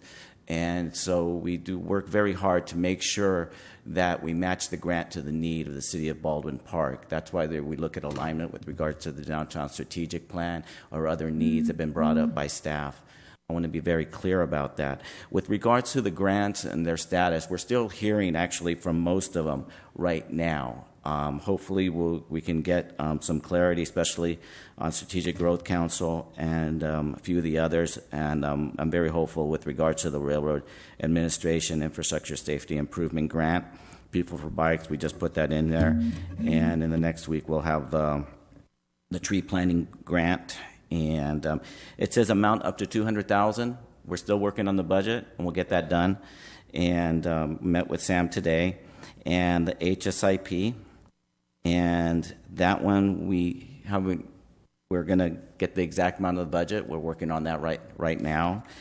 And with regards to the housing parks related, this comes out of the Housing and Community Development Department. What we'll be able to do is leverage the work that's being done on the Metro Village project. So that I'm very hopeful that will bring in some decent revenue for the city. And I met with Victor today with regards to the EDA planning program and local technical assistance program, so we can secure funding to do some planning. Hopefully that will lead to infrastructure and development in the downtown TOD. So that's some of the work that we're doing right now. If there's any. You forgot something. Yeah. One thing, Mayor and council members, we did not list in our report, we certainly can, but we did not list all the grants that we've offered to the city. So there's a vetting process, obviously, that we go through with the department. So we bring a high volume number of grants, sit down, walk through those opportunities, and then what you see written and submitted, these are the ones that after the vetting process, the city staff and our staff said, okay, this is a go. We have a green light. Let's go for it. So we didn't list all the grants that are out there that we've brought to the attention of the city, and for one reason or another, it just wasn't a fit. The match was too high, or the city didn't have a perfect project for it, or maybe the demographics weren't exactly right. We didn't list all that. We certainly can. Our report would be a lot longer if we did, but just know that there's, I don't know, maybe on any average month, David, probably 20 to 30 maybe more grant opportunities that we're walking through with the city to determine which ones are the best fits that we're actually going to write. Okay, and just and on conversely, the city also brings to attention some needs. And for instance, with regards to Walnut Creek, the nature park, I met with Sam today, so we're going to look at opportunities for Phase 3. We've got some concrete opportunities, so we can secure funding for that project. Those are the kind of projects I really love. Okay, if there's any questions. Yes, I have. All right, yes, go ahead. Councilmember Susan Rubio. Oh, I'm sorry. Sorry, Chris. Well, I just have, you said that you are designated to handle 2 departments, correct? Correct. Do you have limits to the number of departments that you service? My assignment was to work with community development and public works. No, I understand, but as an agency, you can handle all departments, correct? Oh, yeah. Now, let me ask the next question. So for the fee that we're paying you, you can essentially write grants for any department. Does the fee go up? Does it go down? Or is it per project? I'm going to answer this question, and maybe I'll defer to Steve to answer the second part. With other cities, municipalities, I primarily work with municipalities. My background is in community economic development, so that's my preference. And this is probably the only city in the history of working with California Consulting where I've worked just with 2 departments. So you normally handle everything? Yes. For a city. Okay, for a thank city. you. Mr. Simolian, can you expand on that? Yes. Thank you. Yeah, Mr. Marquez is exactly right, Councilmember Rubio. So normally we would write grants for the entire city for all departments. In this case, we had a specialized contract for 2 departments, which we're happy to do, and we've obviously hit the ground running with our work, and we enjoy working with those 2 departments. We enjoy working with the staff and the department heads and others at those 2 departments. So, for example, if we were to provide you with all departments, I guess I'm thinking of costs. What would that look like? Is it for the same amount of cost that we already have, since you've kind of been working with everyone in our departments, or how does that look? Can you explain that? So, if I think the question is, if the city were to contract with us for all departments within the city, then yes, the costs would go up slightly if we took on every single department, because right now we're writing for 2. Normally we do write, as Mr. Marquez said, normally we do write for all city departments, but we're flexible. In this case, when the city said, our preference is for you to write for these 2, we said we're happy to. Thank you for the opportunity. So. Okay, and I want to add, push you aside, but I want to add also, in terms of capacity, if, for instance, the city gives me, David, do these 3 grants, and they're major grants, say they're federal grants, which require much more time and attention. And then I have the opportunity to bring in other writers of my preference that I've worked with before, so they can add to it. It's important for me to manage the workload, and managing the workload means I bring other writers to bring in and assist. Okay, I did that with the railroad transportation grant. I had 2 grants due almost on the same week for same time, working on the same time with the city of Baldwin Park. So I brought in another writer, and we helped write it together. So that's what we do. It's just not going to be me. I'll be the lead, but I'll bring in other people to support. We have 31 team members statewide, over 25 grant writers. So I guess my next question is, because you just said it would slightly go up. I mean, I know it's really hard for you to say it right now since we're not looking at concrete data, but are we talking about doubling your price, 10%, 5%? Can you just give me a percentage if you could? It definitely would not be double. So a slight increase might be, if I'm not held to this price, Mr. CEO, because we would sit down and discuss it. Mm-hmm. But a slight increase might be, another $1,000 a month, or something like that, which is, I think, would be, is that about a 20% increase, and that we'd go from taking on 2 departments to taking on, I'm guessing, if you're a city like most cities we work with, 10, 12 different departments. Some of our cities have up to 14 different departments. So okay, so looking at your contract right now, I see that I believe it's at $3,900, correct? Correct. That's so correct. We're talking about like $1,000. Let's just say round it $5,000, and that you would be able to handle every single department. Generally, with the same consistency, with the same type of grants for every department, correct? Correct, and we definitely have the capacity to do that if that were the council's desire. Thank you. Mayor? All right, this Councilman Ricardo Pacheco. She had a question, and I cut her off. But I had called, Mayor, who got to, I asked for the floor, so I don't know. Go ahead. Did she get it before I did, or? Yes, I think she did. Allow her to go. Okay, go ahead. Councilmember. I just have one quick question. Would you please elaborate on what you're working on the Metro Village? Because that wasn't real clear to me. With regards to the Metro Village, the request was to secure funding to help with the acquisition of some space, of some regards to acquisition cost. Working with what space are you talking about? I'm sorry, I still don't understand. Okay. There's in the construction of Metro Village, okay, because I don't have the proposal, and God, that seems like years ago. No, that's okay. No, it's okay. Thank you. No, there was a budget, a cost out for the construction and with acquisition. So I worked actually closely with Baldwin Park and Rome with regards to this, because they had all the information. Was looking for funding to secure the additional acquisition funds for a plot of land that needed to secure for the final construction of Metro Village. Manny? Phase 2. Oh, for phase 2. Okay, Yes. now I understand exactly what you're talking I didn't about. use phase 2? I'm sorry. Okay, Yes, I'm yes. sorry. Thank you, Manny. Now Thank you. I understand. Okay, Thank you very fault. much. No, phase 3 is for No, another it's phase project. 2. No. I know exactly what you're talking about. No, Steve was talking about other thing. Phase 2. Yeah, it was phase 2. Yeah, because phase 1 is going to be used to leverage the housing parks related grant from the state. Okay, so. Okay, Thank you. Thank you. Thank you very much. Mayor, if I may ask, are you Councilmember? done, Yes. Councilwoman? You completed? Okay. How long does it take typically to do one of your, from the time you submitted to finish the grant? What is the length of time to get one done? The length of time can go, for instance, a state grant can go up to 6 months. It can be as little as 3 months. Okay, so with regards to Caltrans grants, they could be about 3-4 months. I like the systemic, the Caltrans, the systemic grant. That could be like any time now. So, and then some grants, they're 2 months. Usually 2 months is the best case scenario, and 6 months is the outlier.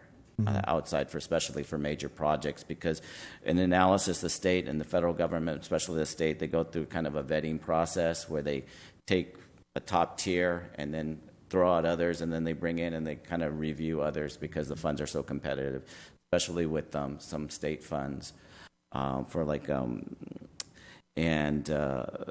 so those grants, the state grants, like housing parks related though, I want to be very clear that one is a very unusual grant, and that one almost from the first month we will know if we'll get funding.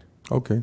All right, thank you. That one's just an outlier, but usually with state grants like Proposition 84 grants, they can take 3 to 5 months. It would be good in your reports in the future that you put the timeline of when it was submitted and approximately how long do you think it would take? Yeah. From now on, what I'll do in the reports, I'll put in when it was submitted and per request, and I can't put the exact date, but I'll put like an estimated, and I've done it before, say the end of September 2016 or mid-September, I'll do that. That's not a fine. problem. Okay. Mayor, if we could have the other consultant for lack of time. Yes. Well, I just want to say something to Steve. One of the things that I want to say is that I do appreciate Mr. Samuelian, because I see your emails come in very consistently. I always know what you're working on, and I believe I do see a timeline as to when it's expected. But at the very least, I wanted to thank you because I know that we get a lot of information from you. Thank you. All right, thank you very much. Thank you, gentlemen. All right, at this point, we're going to go. Oh, Mr. Pasolano, come on. Thank you very much, Council. Thank you.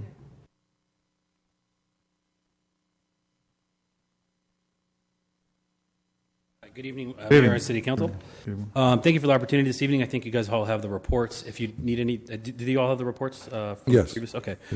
So there's pages that identify the grant opportunities that we've submitted, the grants applications that we've submitted, some that are pending, one that was funded for a decent amount, and that was early on. That was submitted early on when we were working with the Parks and Rec Department specifically on an hourly rate, and that was funded for $376,000.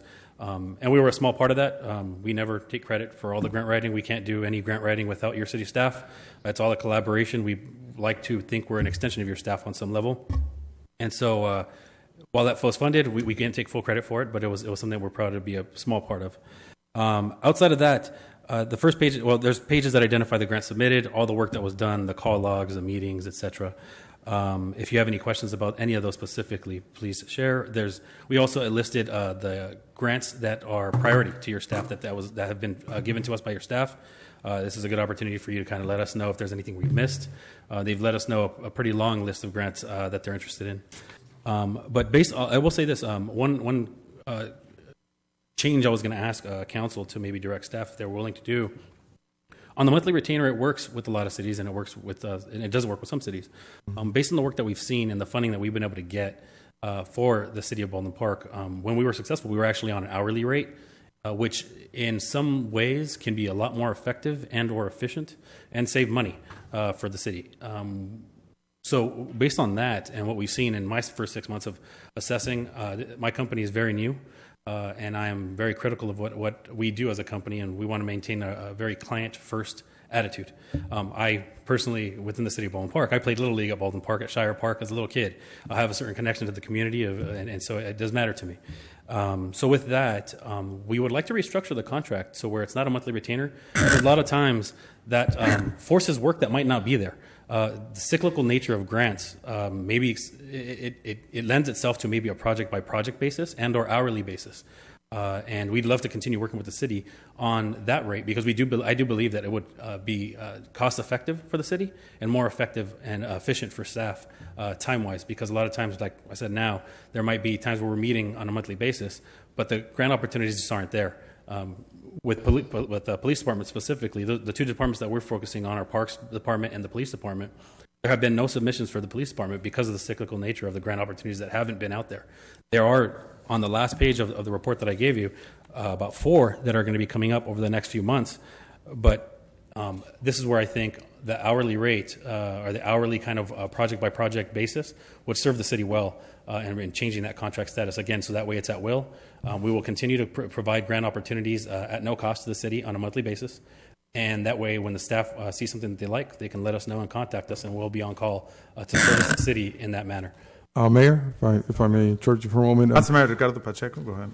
Again, the same question to yourself is, now prior to, I guess, being on the 6 months contract, you had completed some other work here in the city. I mean, there were some grants. Can you tell us about those grants you got? Correct. There were 2 grants that we submitted. One was a regional park and open space grant. It was for phase 3 of the Walnut Creek Nature Park, and that was for $376,000, and that was funded by that State Department. I'm sorry, how much was that? $376,000. And that was just for clarification, you said phase 3? I thought it was phase 2. I'm sorry, it was phase 2. Okay, thank you. I'm sorry, Manny, am I right? Or it's phase 2, correct? It's phase 2. Yes, okay. Yes, the project has evolved and we've moved phases around based on the funding availability. Okay. And the second grant we applied for, which was brought up earlier tonight, was the Rivers and Mountains Conservancy grant for $500,000, which we were a finalist for. Went through the interview process, and unfortunately, we're not funded, but we were a finalist. And there's a potential, depending on the other agencies that were funded, if for whatever reason they do not receive that funding because something happened with their application that might not have been accurate, whatever it may be, that Baldwin Park can kind of come back in line with that. So there's still an opportunity for that. Okay, and again, and same as I told the other consultants, in your reports, when you report, kind of give us an estimated timeline of, when you're tracking and when you're going to actually think you're going to get it, just so we know and can kind of gauge, where you're at. But just kind of hearing both consultants, I think that you should both go back to staff and then renegotiate your contracts, because I think at this point, if I'm correct, City Manager, both consultants are at the end of their 6-month review, correct? And so maybe that's correct. Both of you, because I'm hearing both sides, now that you've been in the city, that our needs, possibly renegotiate your contracts and then just come back and let the city kind of reevaluate that. So kind of make that in a motion that staff go back and I see you have a question, but staff goes back and just negotiate with both consultants. But I have questions go ahead, before you Councilmember. make a motion. Go ahead. Okay. Well, So do I. can I get a motion, a second, and then discussion? No, just so do I. I have more questions as well. Okay, so I know, there's but I'm saying hold on. There's a motion on the floor. A There's second and then discussion. But he just got up. We want to ask Hold on. questions. Hold on. Parliamentary procedures. There's a motion. There's second. So at this point, but are there any objections? Yes, of course. We haven't had a chance to ask our questions. Discussion. Go ahead. Okay, they can discuss after. I mean, I'm open to that. Yeah, you know what? So, okay, let's do parliamentary procedure. Once you call once it's called, it's seconded. So at this point, Madam City, roll call, and they could discuss after then. Go ahead, Madam. So the motion is to have staff Council? go back with both consultants, negotiate, and then come back with. Councilmember Pacheco? Go ahead. Yes. Mayor Pro Tem Monica Garcia? Yes. Councilmember Cruz Baca? No. Councilmember Susan Rubio?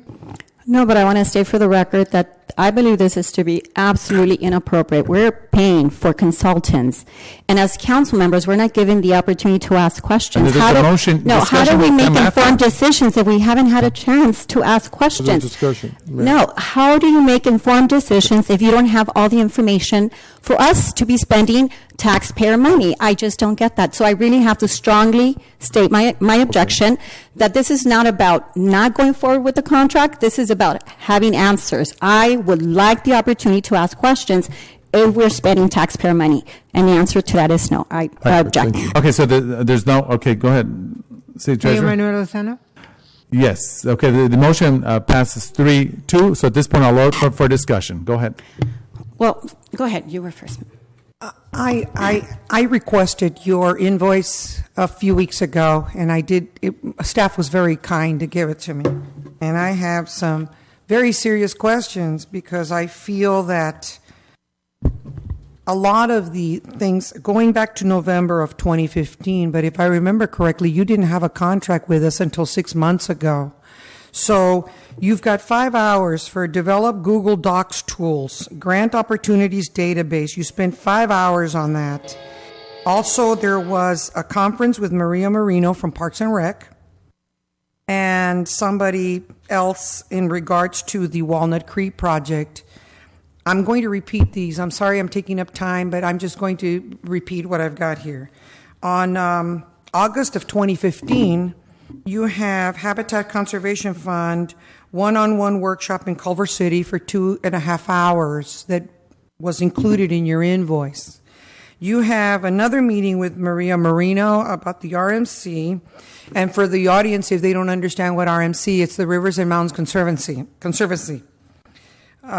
You also have on here that you attended program 1 of the water bond info session for the Rivers and Mountains Conservancy, which I repeated in Fullerton, which I attended that as well, and that was 3 hours. So altogether, you billed us. There's one invoice here where you said grant writing and document preparation services, $6,000. There's no real date on it. The only thing you've got is annual services, 2015 to 2016. It's for $6,000, but there was some corrections for $3,100. And I'm not done. I'm sorry. I heard a microphone. On 12/15, you updated the Conservation Corps, which was another 5.5 hours. But for this, you're charging hourly because this is $550 now that you're charging. You charged us $700 for 7 hours of what you said were emails and conference calls to interview with David Lopez from our staff, review all project evaluations criteria against draft narrative, interview with Mr. Lopez for more detail on irrigation system effects, which they mentioned earlier. Mr. Gutierrez was the one that mentioned that about the irrigation because I had a question about potable or non-potable water that they were working on. And it goes on and on. This particular invoice was for $5,400, and it was in January of 2016. You did not have a contract with us at that time. We had a contract with the Parks Department that I could defer to Manny Carrillo regarding. And it goes on and on. I'm very concerned and very disturbed. In June of 2016 or June 16th or something, you said that you applied for an $8,000 loan, and it says to be discussed to Fender Foundation for a recording studio that I know the Parks and Rec was working on, and yet I know that the Parks and Rec can do it in-house. I know what it's like to build a recording studio. There are a lot of people out there that are willing to give away money, and you don't have to pay someone for the grant. You just make a phone call and you send in a request of what it's going to be to help the youth, especially in a low-income area like Baldwin Park. I'm not trying to put you on the spot. I just need to answer, like I said earlier in the meeting today, when the people come to me and they say, how do you justify paying someone $3,900, or in this case, going back to last year, $11,000 or $12,000 that we've paid you. I need to know, what did you really accomplish through this? Do we have any of these grants? Do we get, besides the one that our staff was working on for Walnut Creek? Well, let's put all that aside. All of these that you listed on here, did we ever get any from Fender? Did we get anything about any of that? All of this that you've got on here that you did with the police department, meet with Captain Parnell, all of these, the radios and everything, our staff was working on this. I know because the chief brought it to our attention when he remodeled the police station. So I need justification, Mr. Solano. I'm not trying to put you on the spot, but really and truly, I need to know how I can justify to our taxpayers where their money went with your grants. With regard to the specific questions in the invoices, I don't have those in front of me. But maybe Mayor, what I'd like to Councilmember suggest is possibly you meet with staff and possibly Councilwoman Cruz Baca and go over it. Because obviously you don't have the information in front of you, so it's kind of unfair to ask you questions without having the proper documentation that she's looking at. So why don't you get with staff? Because I'm pretty sure staff reviews these invoices and approves them, because he didn't just send it and got paid. There's a whole process to go through.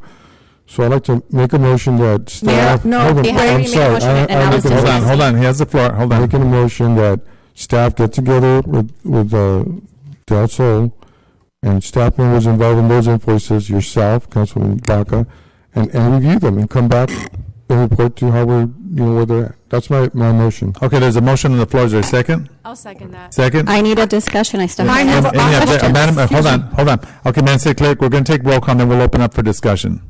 But we haven't had the Attorney, last would you wanna say discussion. something? Yeah, I do, Mayor.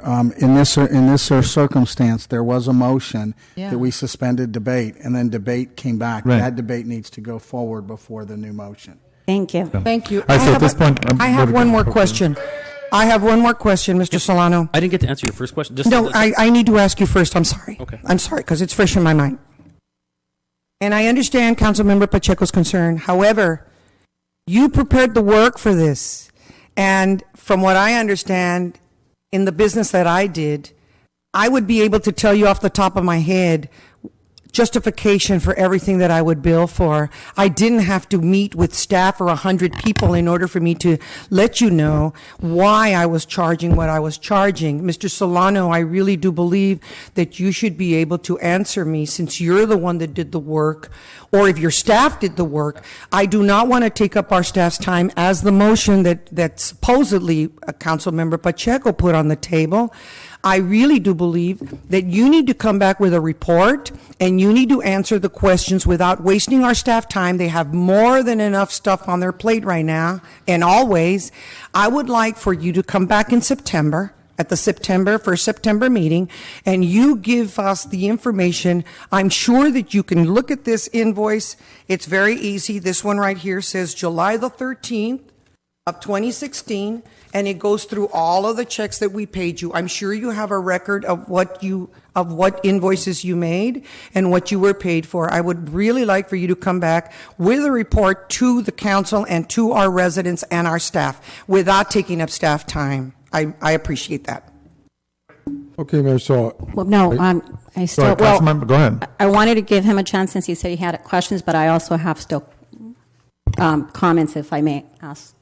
Questions and comments. Should I move forward, Mayor? Yeah, go ahead, Councilmember. Well, I have several concerns, and this is really important because, again, we have to justify to our taxpayers, and ultimately this is not money we have in our pockets. We work really hard to secure, tax revenue. According to the agenda, this says reports of officers, and this is the 6-month review of these grants. And so if we're going to review these grants, this is where we do it. We don't put it on the agenda and then go back and review it later. This says review of contracts. So according to the agenda, that's what we're doing right now. That's what you need to understand. That's why we're asking the questions right now. That's number one. Number two, going back to what Ms. Baca said, I do believe that you should have your file here of all of, the contracts and everything that you submitted for us, as well as grants and who you work for, because if this is when we ask the questions, I think you need to be better prepared to answer those questions. One of the other things that really concerns me is that as I'm hearing the previous consultant for grants and I'm hearing you right now for grants, I'm hearing the same things, and that's one of the things that I stated last council meeting, that I feel that we're paying for duplicate services. If I'm not mistaken, I heard California Consultant talk about working on a grant for Phase 3 of Walnut Creek, and now I'm hearing the same thing from Del Sol, that they're working on a grant for Walnut Creek. And so I think that we're duplicating services and we're paying two different people for the same grants. And on top of that, that doesn't include staff time, because you're having to meet with the same people over about the same thing. So I think that it's just not efficient to pay two people to do the same grant. And when I went back earlier, when I was asking Mr. Simoleon about being able to take on the entire responsibility, I just wanted to get a sense if it's worth it for us financially.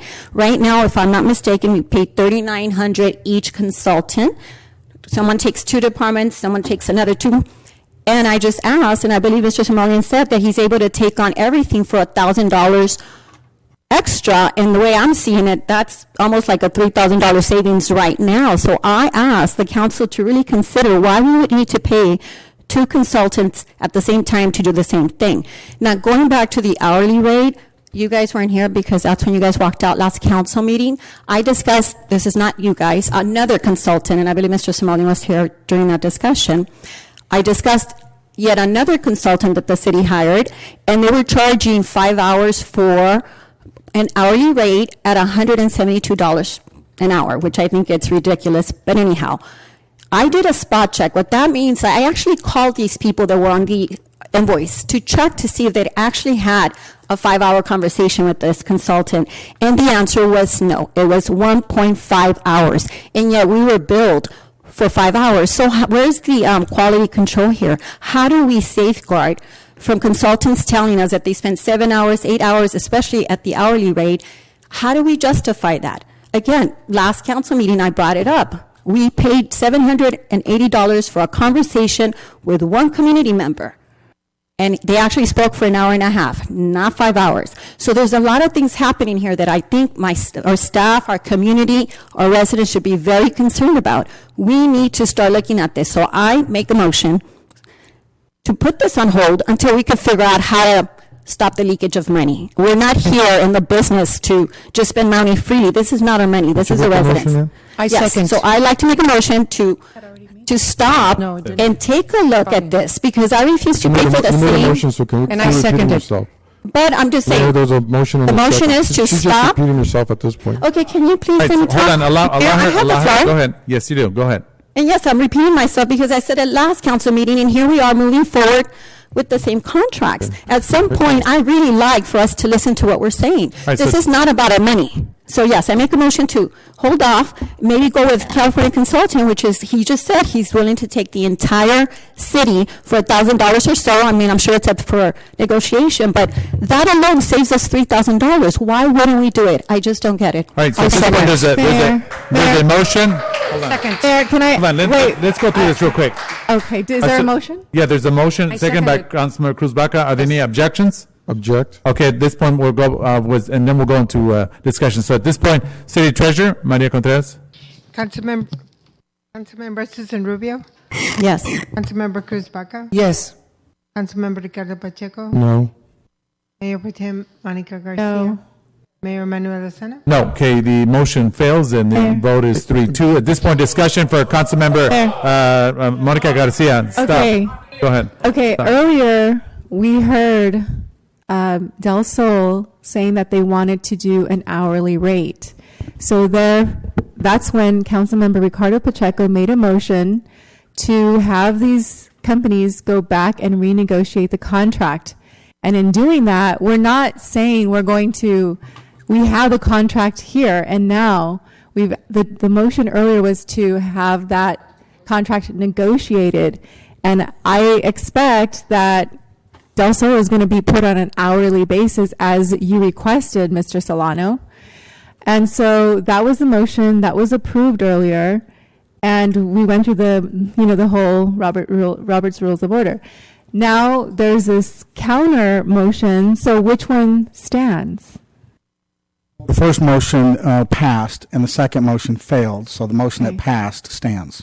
The original. Okay. So can we move on to the next Okay, item? let's move Thank on. you. All right. But I do want to add one thing. I just want to make sure, because Councilwoman Baca and Councilwoman Susan Rubio are making these accusations and making statements about consultants. So let's be fair. Let's have the consultants look at their receipts and look at the questions that are being asked. That's why I invited Councilwoman Baca to sit with staff and the consultant, and let's find out where these receipts are at. I'm sure that they're all invoices are looked at closely by staff, and if there's other work that a consultant does other than just talk to the person, that time is also typically accounted for. I mean, that's in our discussion that I had with you on some of the questions that I had when you and I discussed some of your invoices that I had saw. So I think it should be further explored and then just Mayor? back to staff. Yes, Councilmember Cruz Baca. I make a motion that Mr. Solano, in response to Del Sol, comes back at the next council meeting, which is August the 17th, I believe, or the 20th. What is that? The next council meeting. That he come back to the next council meeting and he have a report for us that clarifies the invoices that I that I was questioning. I think that if we're going to continue someone in good faith, they need to show us what and to justify what they have done for the scope of the work and the payment that they have received. Mayor, I'll add to that, amending that is bringing that back along with the renegotiated contract. All right. Okay, so there's a motion. Is there a second? Yeah, can I just I'll clarify second something? that. Because I definitely don't want anybody to think that I was talking about Del Sol or a California consultant, and I hope that was clear right now when I said that I looked at a third consultant. Had nothing to do with both of you, so no, I'm not making false allegations, and or at least, trying to tarnish your reputation. But I did say about, the 5 hours at $172 an hour, and you said that I'm making allegations. Allegations is when I just make a statement without knowing. This is not an allegation. I took one of the invoices, and it stated very clearly who they spoke to, how much they charged, and it came out to $780. And when I called that person that was listed on the invoice, and I asked, have you talked to these people for 5 hours? It was clarified very specifically. This person said no. May I call for the question? There was an hour. Repeating herself again. No, I'm not, because you're saying I'm making allegations. I need to clarify. They're not allegations. Stop interrupting out there, please. Go They're ahead. not allegations. I Call just for the want to. question to move on. No, I would like to have the floor, All right. as I'm allowed to have. Allow her to go ahead and finish. Go ahead. So again, it's not allegations. I really did speak to this person. This person said no. We did not have a conversation for 5 hours. It was an hour and a half. I just want to clarify. It is not an allegation. I did check. Thank you. All right. Thank you, Councilmember. All right. So at this point. And Mayor, There's a motion and a second on the floor. Oh, that's Mayor. right. By Councilmember Cruz Baca, also by Councilmember Monica Garcia, the Vice Mayor, and it was seconded. Any objections? I'm assuming that you accepted the friendly amendment. I did. All right. But Mayor, I would like to clarify something for those that are listening to the audio of this and also those that are out in the audience today. These invoices are public record. So any of you that would like to request a copy so that you can see that what Councilmember Rubio is stating the facts, unless somehow that invoice was printed up wrong, which is in the company's problem, not ours, but you can request public records and request all of those invoices for any of the consultants that we have paid and when the payment was made and justification of payment. So I'm just clarifying that. All right. Thank you. So the motion, any objections? See, someone would, yes. I would add and ask our staff to just make sure that, those invoices are vetted before, they're paid, so that there are no issues when it comes to the council. Thank you. All right. Thank you very much. All right. At this point, we're going to move on to item 16, which is the approval of administrative number AP 6. No, it's 15. Oh, 15. Oh, that's right. All right. So the waste management aspect. Okay. Consider the rate adjustments request for solid waste fees due to CPI increase, mandate recycling and quarantine surcharges, and adopt resolution number 2016-141 approving Mayor? the rate adjustment. So let me just add real Mayor, quick. Yes. I'm sorry. Could Yes. we bring this back to September, please? There's a lot of questions and a lot of vague answers out there again that we need to look into. Okay. I know let me- that staff met. Yes. But there's still a lot of unanswered questions. Right. And I just want to say, okay, I don't have an issue with that. So that, for the record, that items both 1 and 2 were, request to be approved, and item number 3, the surcharges for additional costs due to the CDFA quarantine is hereby removed. So we're obviously not going to have, there's not going to be an increase in this particular contract. So I don't have no problem. Mayor? Yes. I would like to yes. just move this item forward. I mean, with Waste Management has withdrawn the request for Yeah, the which is surcharge. great. And I think at this point, we're just taking up the annual CPI increase. So, I mean, if Which possible. is per the contract. Okay. Yeah, it's per the contract. So that's the increase has been withdrawn, as I understand it. So that's Yes. no longer on the table. Yes, which is great news. And I want, first of all, let me thank. I just want to make sure that does not come back anymore. I mean, we're done. Does it come back next year, the year after? Hello, Mr. Mayor, council members. I'm Doug Corcoran with Waste Management. So I can't predict the future about quarantines, but if nothing changes and the quarantine remains just the way it is right now, we will not be coming back and asking for any compensation for that. That's off the table. It's gone. Good, awesome. Mayor, I'd like to make a motion that we move this to September. All right, there's a motion on the floor. Is there a second? But I just wanted to get, Councilwoman Garcia, you made a motion to. No, No, Councilman I- Cruz can I- Baca. can I make a- Second. Hold on. She didn't I'm make sorry. a motion. She I had a just asked- suggestion to. I just asked that we take it up tonight. Okay. And I made a motion. Go with the first motion. Is there a second? Yeah, What can is I the first motion? make a comment? Mayor, you're the chair. Can you Go ahead. please Go read ahead. this? Thank you. I want to make a comment just really quickly. You know, the reason I can kind of agree with Cruz Baca is that there was a little concern. For me, it's a concern that there was a little bit of miscommunication in the information that we got. And that sometimes sends a little red flag for me. And that's when I need more time to analyze things.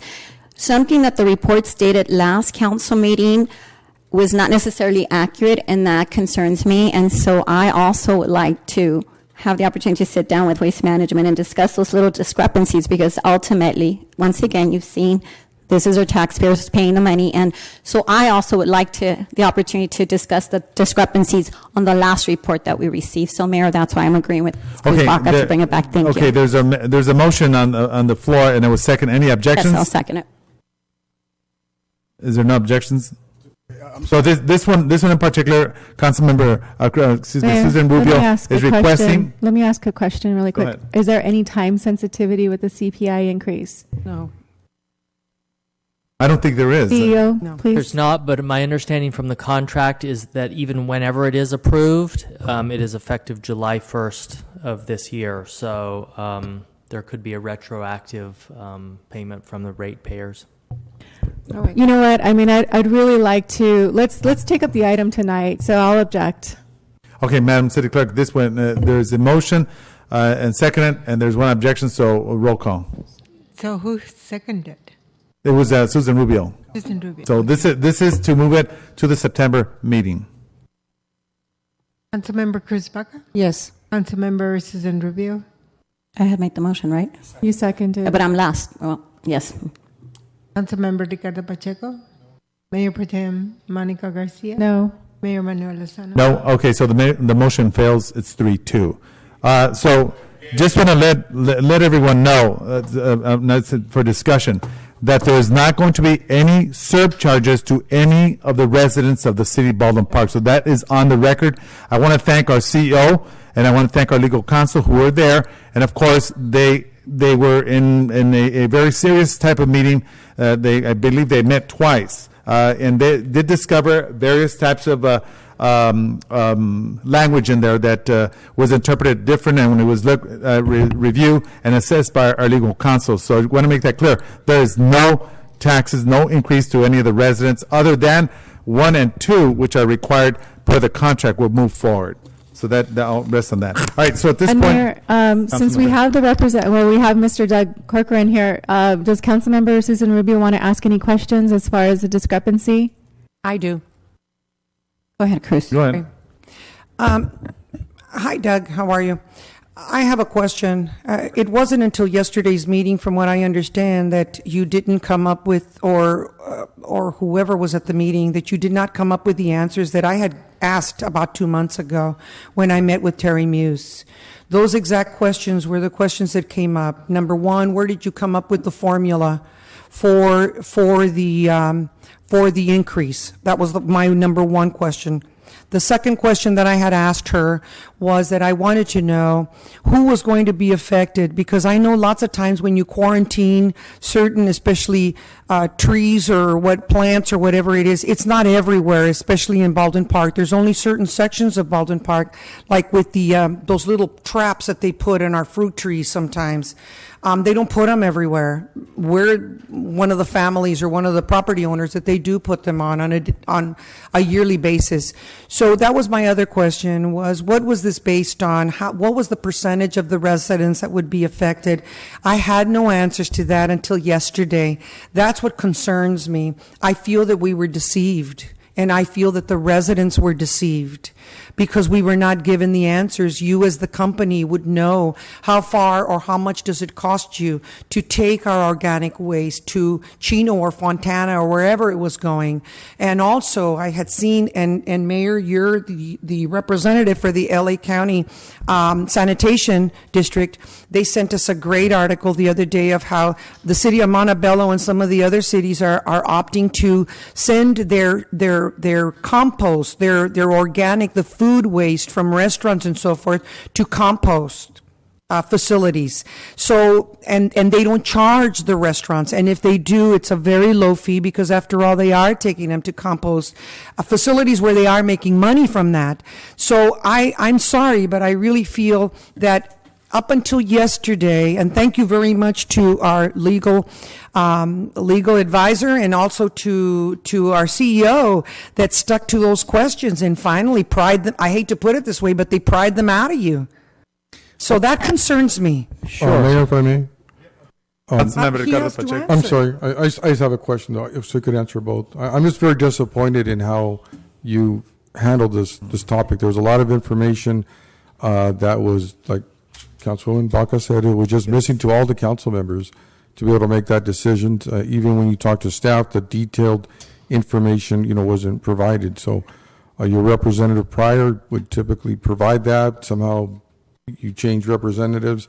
So I just think it's important that Doug, that you bring the information forward so we can make a decision based on, on solid information. And we had to send our staff over to kind of dig for that information. Even the staff reports that I got didn't have the detailed information that I'm looking for to be able to make that decision. So, anyways, go ahead. All right, thank you.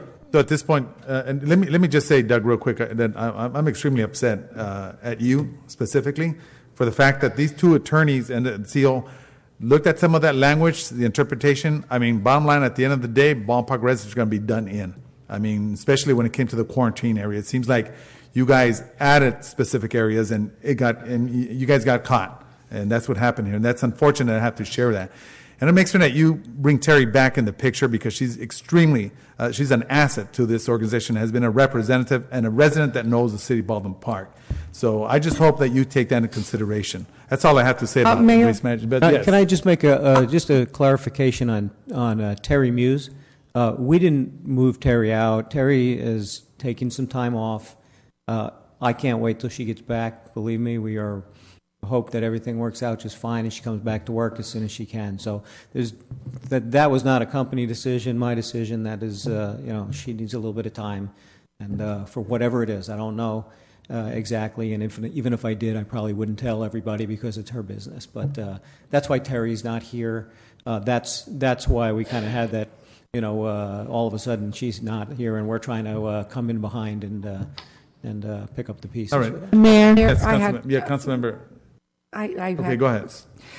My only thing, like I said, and I will reiterate, I did meet with Terry Muse 2 months ago, and I don't want to make this into a political thing by no means, because my first priority are the residents and myself as well, for being a longtime resident that has to pay whatever the fees are as well.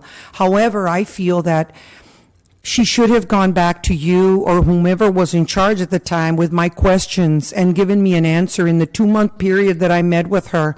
I never once had a follow-up with her. And there have been other instances where, especially, and I keep referring to the Women's Club, we've had issues with the trash and the fees that are charged at the Women's Club. And that was also unheard. She didn't listen to some of the concerns that some of the ladies have and the type of facility that we have. So I'm not trying to put anybody down. I'm just letting you know that I feel that if someone's going to come back into the field and represent Baldwin Park, I know that there's a lot of cities that they represent.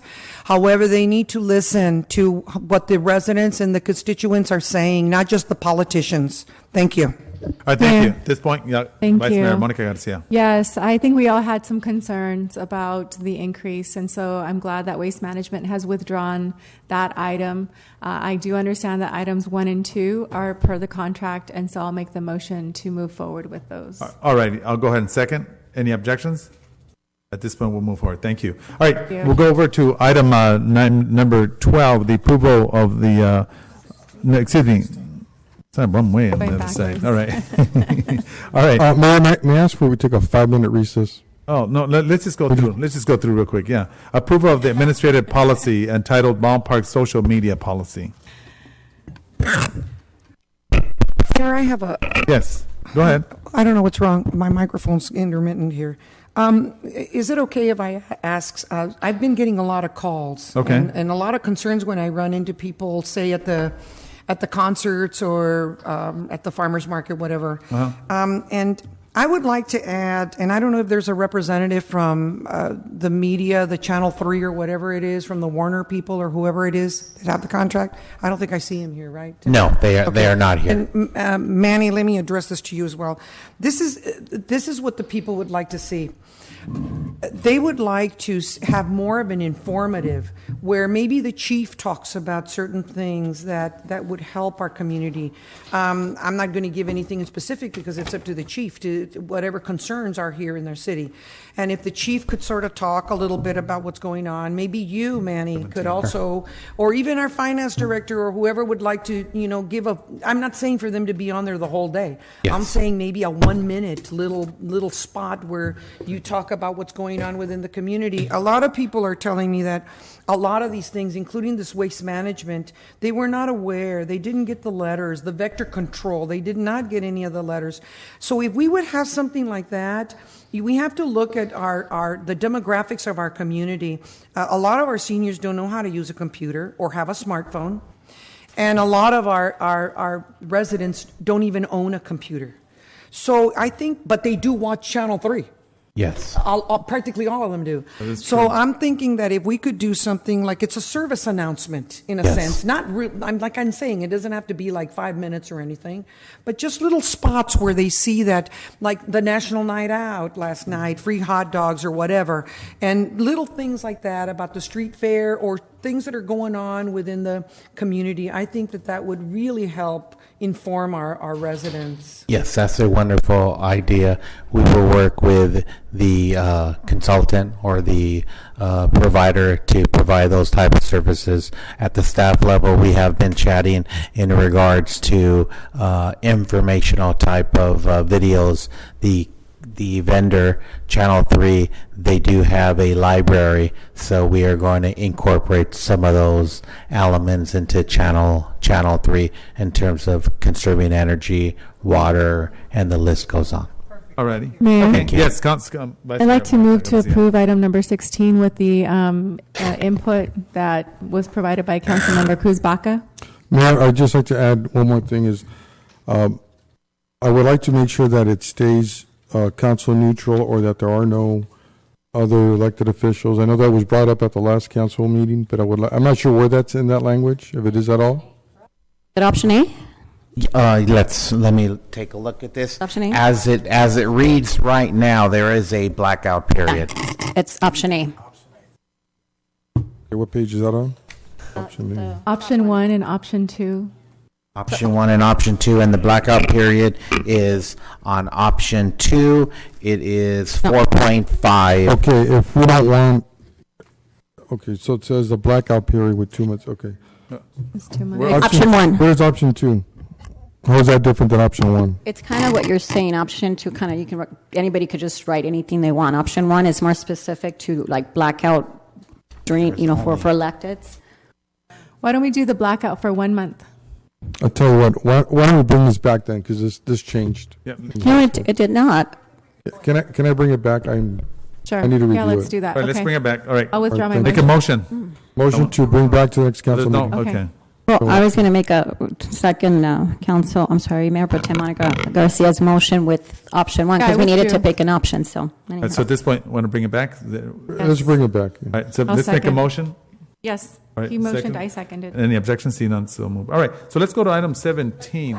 Let me ask. Yes, go ahead. When we bring it back, the suggestions that I made, are they going Sure. to be included in there? That's what we asked for. All right. Just checking. All righty. Okay, item 17. We have one commission that's open, one actual seat, and then we still have others out. I'm going to go ahead and make a motion for Jesus Emmanuel Rodriguez. Mayor, I'll Yes. second.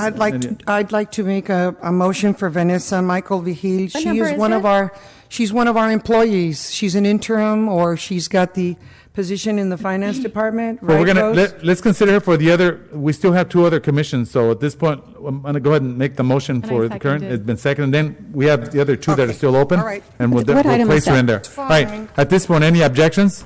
If not, okay, you'll be sworn in at the next city council meeting. Okay, but we made a motion a second, then there Yes. was no. Oh, no objection. No objections. No All right. objections? Congratulations. Sorry about that. The late. All right. So at this point, we're going to go to item 18, which is approved resolution 2016-127, entitled "A Resolution of the City Council of the City of Baldwin Park, California, appointing representatives and alternate." Can we bring this back?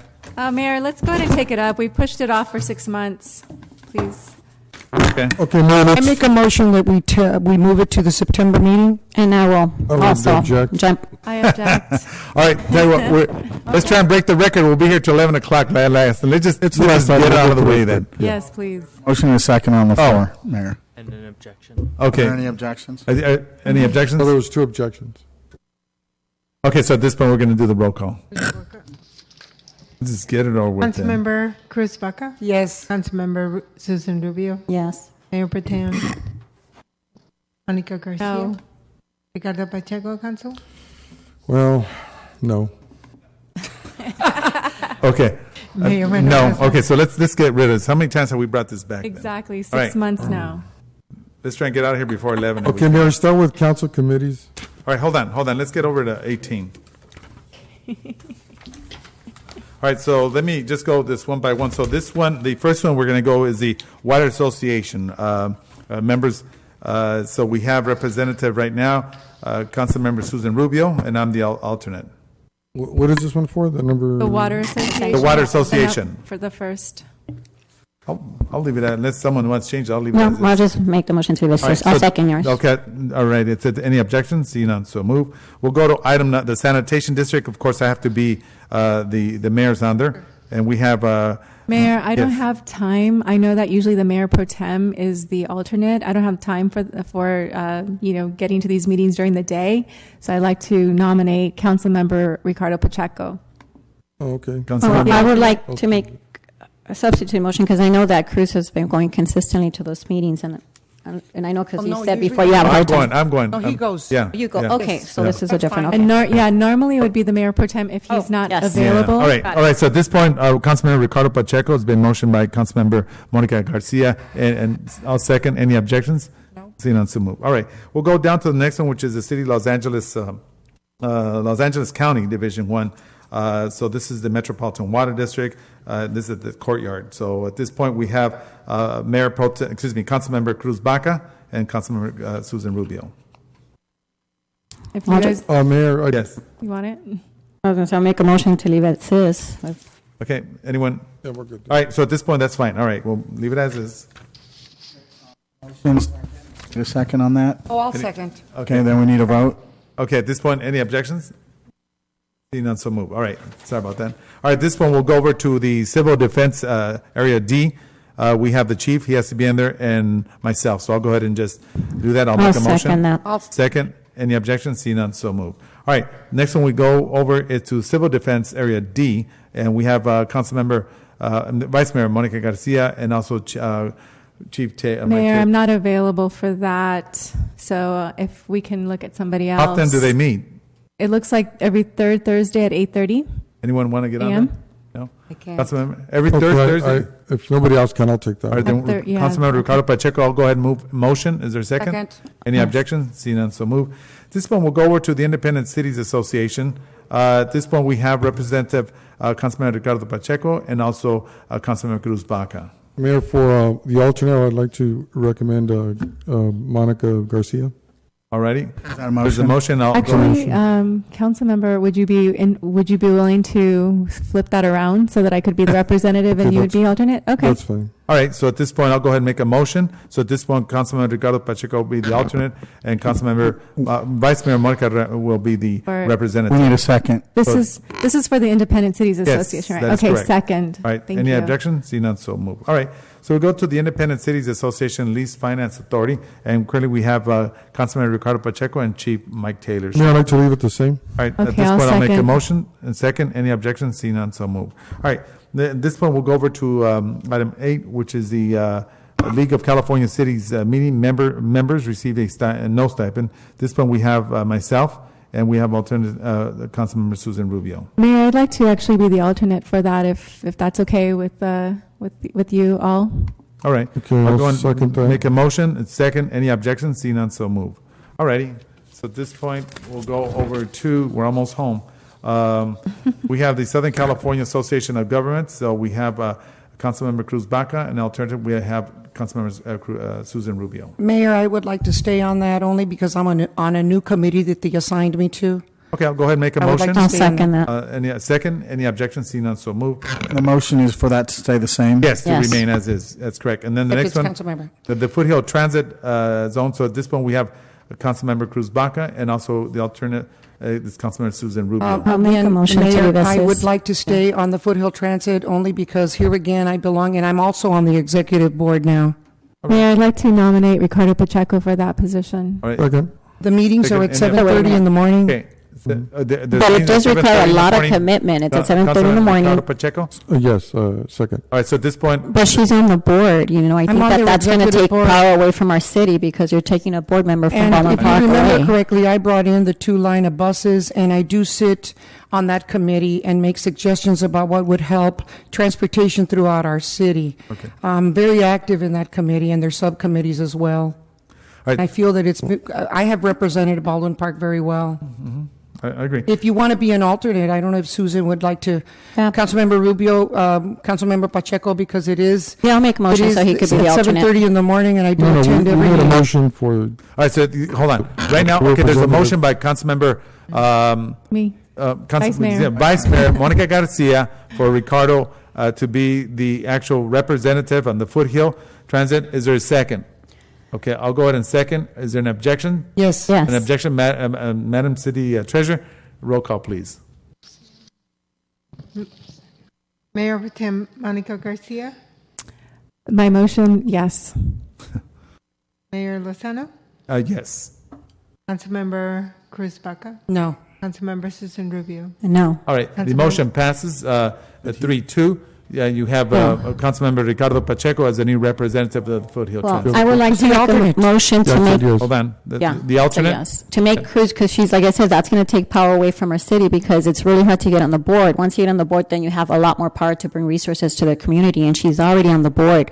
Like, we all attend as members, but then there's an executive board that makes more powerful decisions, so I'd like to keep Cruz at least as an alternate so she can continue to fight for, like as she said, she brought the buses, and there's a lot more projects on the table. Right, I'll second. Okay, at this point, are there any objections? I'm sorry, what was that motion? At this point, the Make motion Cruz is Baca to have alternate. Councilmember Cruz Baca as the alternate. So there was motion and there's second. Any objections? See No, none, we're so fine. move. All right. So at this point, we'll go over to item 11, which is the San Gabriel Valley Member Council of Governments, and currently we have the representative, Councilmember Susan Rubio, and the alternate we have Councilmember Cruz Baca. I I'd make like a to motion make- for I'd it like to to stay make- the way it is. I'll second the motion There's to a leave it as motion, is. has been second. Any objections? Object. Objection, Madam City Treasurer, roll call, please. Councilmember Cruz Baca, What am I voting for? Which is Oh, you're yes or voting to no? remain as is? Yes, Okay. remain as is. All right. Jeez, oh. It's the evening, Councilmember it's the Susan evening. Rubio, Yes. All right, Go go ahead. Ricardo Pacheco, No. Monica Garcia, Mayor Pro Tem, No. Mayor Manuel Lozano. No, the motion fails. It's 3-2. So at this point, anyone else wishing to make a motion? First of all, I need to explain something. This particular committee, I do not take the stipend. However, And I will also add to that. I do belong to the homeless committee, which I recently attended a meeting with some of our Parks and Rec staff, which is also fighting to bring funds for affordable housing or for some of our transients here. I also belong to the legislation committee, which I was newly elected by President Morabito, and I also belong to their Rivers and Mountains Conservancy. So in taking me off of that, Baldwin Park, and I just heard Manny Carrillo from Parks and Rec say, I fight for some of those funds to come into our city, Mayor. And I think it's very important. I do not take the stipend, but I do attend. Some of the meetings are in the afternoon, like the one coming up this Monday is at 1 o'clock in the afternoon. We're usually there for 2 or 3 hours. And like I said, and I keep repeating, I do not take the stipend. And I will COG. This is for the San Gabriel Valley COG. Yes. Okay, because it shows Susan is the representative and you're the alternate. That's correct. Yeah, and she does belong to all those committees. But I belong to the committees. And just to add to that, I have been a rep as well as Cruz Baca for a year and a half, and neither one of us has taken the stipend, which is a $500 stipend. We have not. Anybody could check the record. We do it because we care. Thank you. They don't pay out $500. They pay $50. Oh, I'm sorry, 50, whatever it is. But I'm sorry, you're right. Whatever it is, we don't. I don't think it's. No, you're right. I don't think you go to a meeting for $50. It's the evening. No. All righty. So we have refused the stipend. Thank you. Okay, all right. So at this point, is there a motion for new candidates? Well, the motion, the motion was that I made earlier was Councilwoman Garcia would be the representative. That would, okay. And I'll second that. All right. Okay. Any objections? If not, at this point. yes, I do have an objection. Okay. I just gave the reason why. There's many times when I've been told that Baldwin Park is not represented at some of these meetings where we vote. You always attend, Mayor Lozano, the Los Angeles County Sanitation.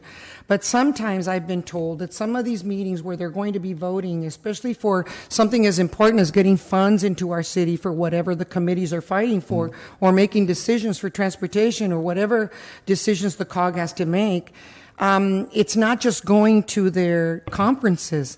It's attending the meetings that they have in the evening at 6 o'clock and being on time, and also being a part of what's going on. That also brings some of the funding east of the San Gabriel Valley. Okay. Okay, so do you want to stay alternate? Okay, all right, hold on, statement. So at this point, we'll go back. There was a motion by Councilman Ricardo Pacheco, was seconded by by Vice Mayor Monica Garcia. Are there any objections? Yes. The one objection, Madam City Treasurer? And Mayor, may I just Yes, go clarify ahead. that the motion is to make the representative Vice Mayor Garcia and the alternate Councilmember Baca. Is that correct? Is that the No, motion? they never mentioned anything. No, No, we we're did only second. on We did one. not. Let's go with the first one at this point. Oh, I see. This Okay. is for the actual representative so it's fine. So, Madam City Clerk, this roll call, please. Thank you. Councilmember Ricardo Pacheco, This is for Vice Mayor Monica Garcia. As Yes. well. Okay. Mayor Pro Tem Monica Garcia, Yes. Councilmember Cruz Baca, No. Councilmember Susan Rubio, No. Mayor Manuel Lozano. Yes. So the motion passes 3-2. So at this point, the alternate that currently we have Councilmember Cruz Baca. I'll make a motion to leave it the same. I second. Okay, there's a motion, Okay, second. that's Any fine. objections? No objection. Seeing none, so none. All right, so at this point, we'll go to the last one, believe it or not. Okay, we're at the Independent Cities Risk Management Authority, ICRMA. So at this point, we have the representative, Councilmember Ricardo Pacheco. Yes, Mayor, I'd like to stay there. And I'm the alternate, I'll remain as is. I'll motion to remain I the make a same. motion to remain as is. All right, thank you. There's been a motion, a second. See none, no objections? See none, so move. All right, thank you very much. And there are committees, Baldwin Park committees that we want to review. I'm wondering if any of these committees need to remain. Can we just Where? can we just divert back to the city council? We have audit committee, civic center, plaza, community collaboration committee. Okay, I motion that all these committees be the full council. Okay, I second. Any objections? Yes. Okay, at this point, there is an objection, so Madam City Treasurer? Mayor, let Yes, me go ahead. explain Go something ahead. real That's fast. fine. I believe that especially the ad hoc committee for the downtown business should include some of our businesses. That's my only objection. I don't object to Ricardo, Councilmember Pacheco, and Mayor Pro Tem Garcia, but I would like to include in there that not only the rest of the council members, but I think that we should include some of the businesses because they do have a say as to what happens, especially those businesses in the downtown area.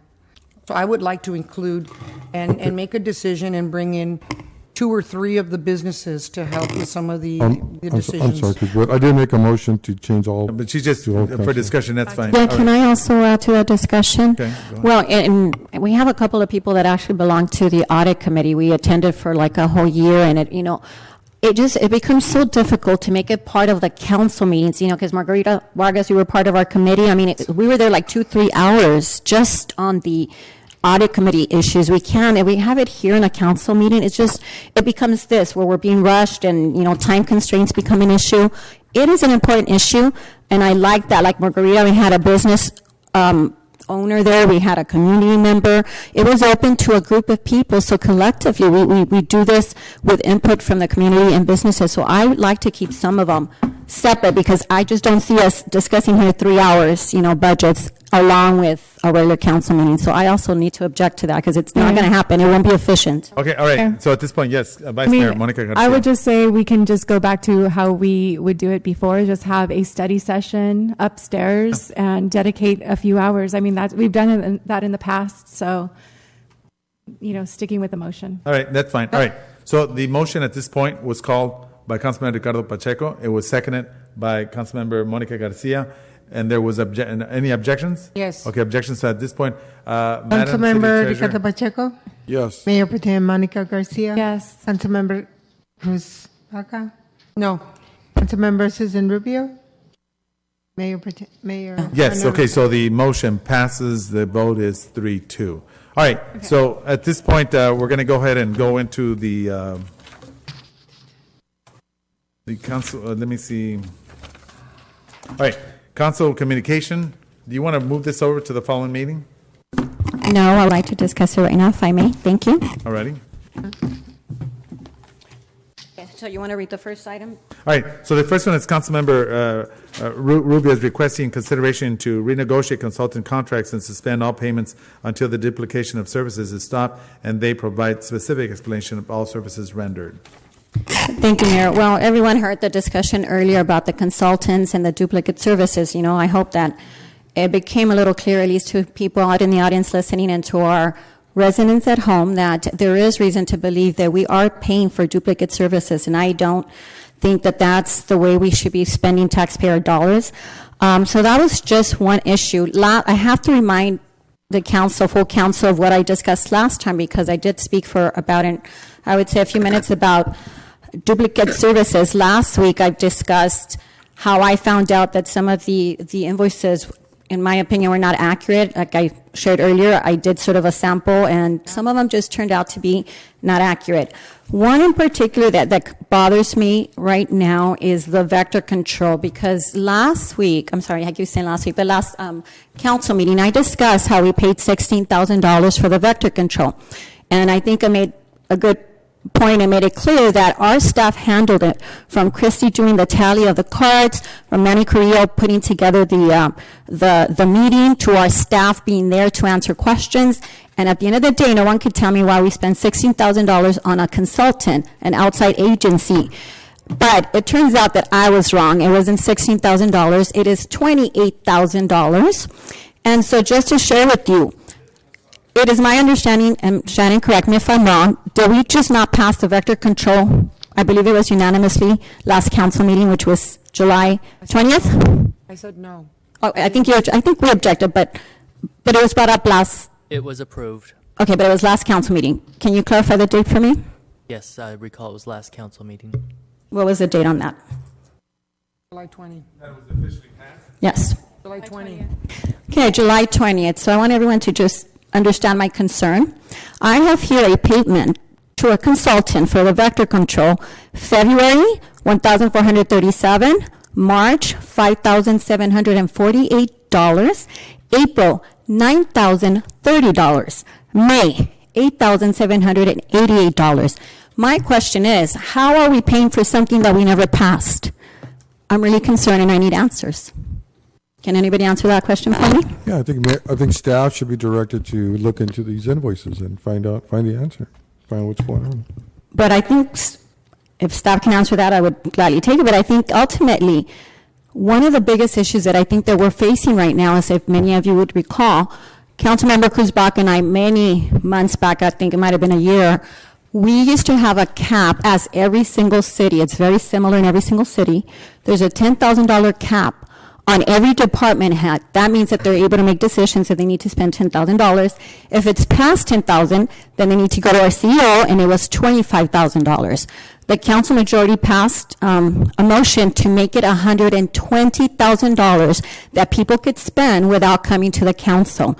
As I stated last council meeting, that I added the tally to one consultant, and it was $466,000 that I had no clue because it doesn't come to the council. Yet, I'm supposed to respond to our community and tell them what we're spending our money on. It makes it very difficult for me to be responsible when I don't know what we're spending money on. So this vector control, $28,000, if anybody has answers for me, I'm willing to hear it. Mayor, if I can.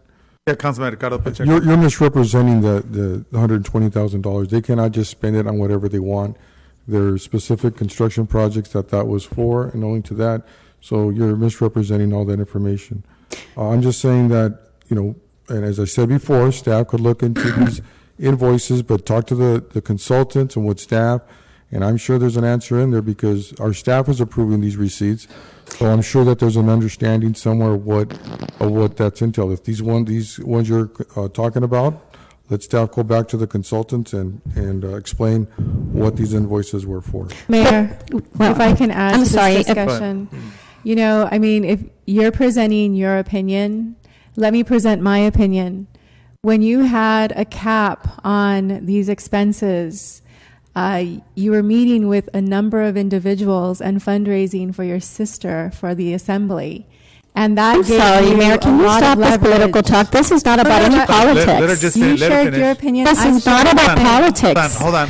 I just want you to know how we deflect. This is not about politics. This is about our residents and the money we're spending. This has nothing to do with politics. Hold on. Let's get charged. Let's allow her to speak, then we'll go back over here. But go ahead. You're expressing your opinion. Now I'm expressing mine. And so there are always two sides to the story. I think that by giving staff the ability to review the contracts at a certain amount, we're not giving things away. And staff, if there's something going on there, then we definitely need to look at that very closely. But as the mayor has pointed out in the past, we haven't had any investigations. The DA has not come knocking at our door. I think what you're implying is that there's corruption. Please. But what I would like to mention is that with that cap being so low, it gave you and others on this council the ability to meet with a number of contractors, a number of vendors to fundraise for political campaigns. And I'll just leave it at that. Excuse me. All right, thank you. Councilman Cruz. First of all, here we go again. If any of the people listening to this or anyone in this room would like to ask for the public requests, you will get all the invoices and the amounts that were paid going back to last year or the beginning of the year before we voted for this is just one of many things, but I am bringing this up in particular. So it is public record. We are not making this up. And as far as meeting with these people, I have never met with half of the developers that are on our roster. I have never had lunch, as I was accused of doing a while back. I have never met with them. I might have met with them with others, yes, once, but that's about it because the decisions were being made by the majority council, and we all know who the majority of the council is at this point. Councilmember Cruz, back may I continue? And see, this is the thing. Go ahead, Councilman, allow her to speak. No, this was my issue. But you see how easily we're talking about funding, taxpayer money, and all of a sudden turns into political discussion, and that shouldn't be. When I'm discussing what we're spending money on, it has nothing to do with politics. I have the invoices and I do have the checks that were paid. It's not an allegation. An allegation is when I just say something and I don't have proof. I have the invoices, I have the payments. They go back all the way to February, and it says it was a total of $28,000. So $28,000. So $28,740. But let me add to that. So I was very concerned when I saw that, and I know that we've been dealing with the vector control for a long time. For years, they've been asking us to be part of the district because of the mosquitoes and the dangers. Well, today I had a conversation with the vector control district, and I asked what would be the average cost that we would have to pay for the vector control to become part of the vector control. And I was told that the vector control will assume 100% of the cost. That the only thing that the council had to do is give approval in way of a resolution, which we did, and they would assume all costs. That's exactly what came out of the director, that the city should not spend one dime because they would assume all costs. So with that said, why would we pay $28,000 when the vector control would take responsibility? Mayor. So I'm still talking. Hold on, Laura. So to me, it really concerns me, and this is not accusing you, Monica, or anybody. This is in general asking our council to let's look into this. This is concerning. This is not, nobody needs to take responsibility, but I think we can all agree that we can sit down, have a discussion about it, and figure out how we can maybe have a little bit more checks and balances. Like someone maybe we need to have 2 signatures on these invoices because this is a lot of money that we're spending for things we don't need. And I'm going to continue, Mayor, because this is my item. So let me ask a question. For example, if I may ask Public Works, can you tell me who does? Give me a second. Mayor, while she looks for that, I'd like to make a No, I comment. have it. I still have the floor, Mayor. I still have the floor. It's still my item. Can you tell me who does the Public Works Department project schedule? And that this is for Sam, Public Works. Is it something that we typically do in-house that our staff handles? It's the preparation of project schedules. Yes, typically is something that we do in-house and we keep track on in-house of all of our projects. So I'm going to ask you 2 questions. So do you have the staff, the manpower to handle it in-house? For the project schedule? Like either yourself or an assistant or someone in your office? Well, this is an extraordinary time for the department. So right now we are lacking in staff, especially with the transitioning period. So at this time, any help I can get would be great. However, I have experience in preparing the project schedules, and I've done it before. So you can do this? Absolutely. Now, I want to have questions for our Community Development Department, and who's handling that? Is that Manny? So, and I don't know if you can answer this, or Amy. Maybe Amy could answer this because she has this, history with the department. The project schedules, is it something that you handle, Mark Astanola handled, or is it something that Victor could handle, which is that position we created for this? I'm not sure your question, project schedules. Can you be more specific? Yeah. To prepare, Amy could answer that, prepare project schedules. I really have no idea what that is. Typically for projects, which we don't typically have physical projects like Public Works. However, and I'll use the example of our downtown specific plan. There was a schedule associated with that project, and the consultant that we hired did that project schedule. So it was already done, yes. Correct? Well, the reason I'm asking, because I'm looking at these payments that we've been making back since March, and I have here that we've been paying a consultant, again, a third party, a consultant, going back to February, March, April, May, and June, to prepare these schedules for community development department. So if we're paying, like, for example, back in March, we paid $2,158, then I need to know what that's for, because Amy, you're saying you don't know what that's for. Manny, Creel, you have an idea what that's for? Do you know specifically which vendor we paid? Yeah. That would help us out. I think you need to provide more information to them. AAE. Okay. Community development does not traditionally interact with AAE. We're only using AAE right now for outside plan check services for the building division, as well as an interim building official. Well, they've got paid here March, April, May, like I said, and the biggest one is $2,158 to prepare the project schedule, $647, $431. Again, to prepare project schedule, and from what I'm hearing, that's not something that we need. So let me keep going. So going back to Public Works Department, I have a project schedule for Public Works Department. Again, we've been paying March, April, May, and May we paid $2,343. Now, I'm just going to assume that makes a little bit more sense since, that's close to the engineering and works. I mean, that makes to me a little bit more sense, but I still don't have justification. There's no documentation that Do you know that I can look at so that I can see what exactly they worked on.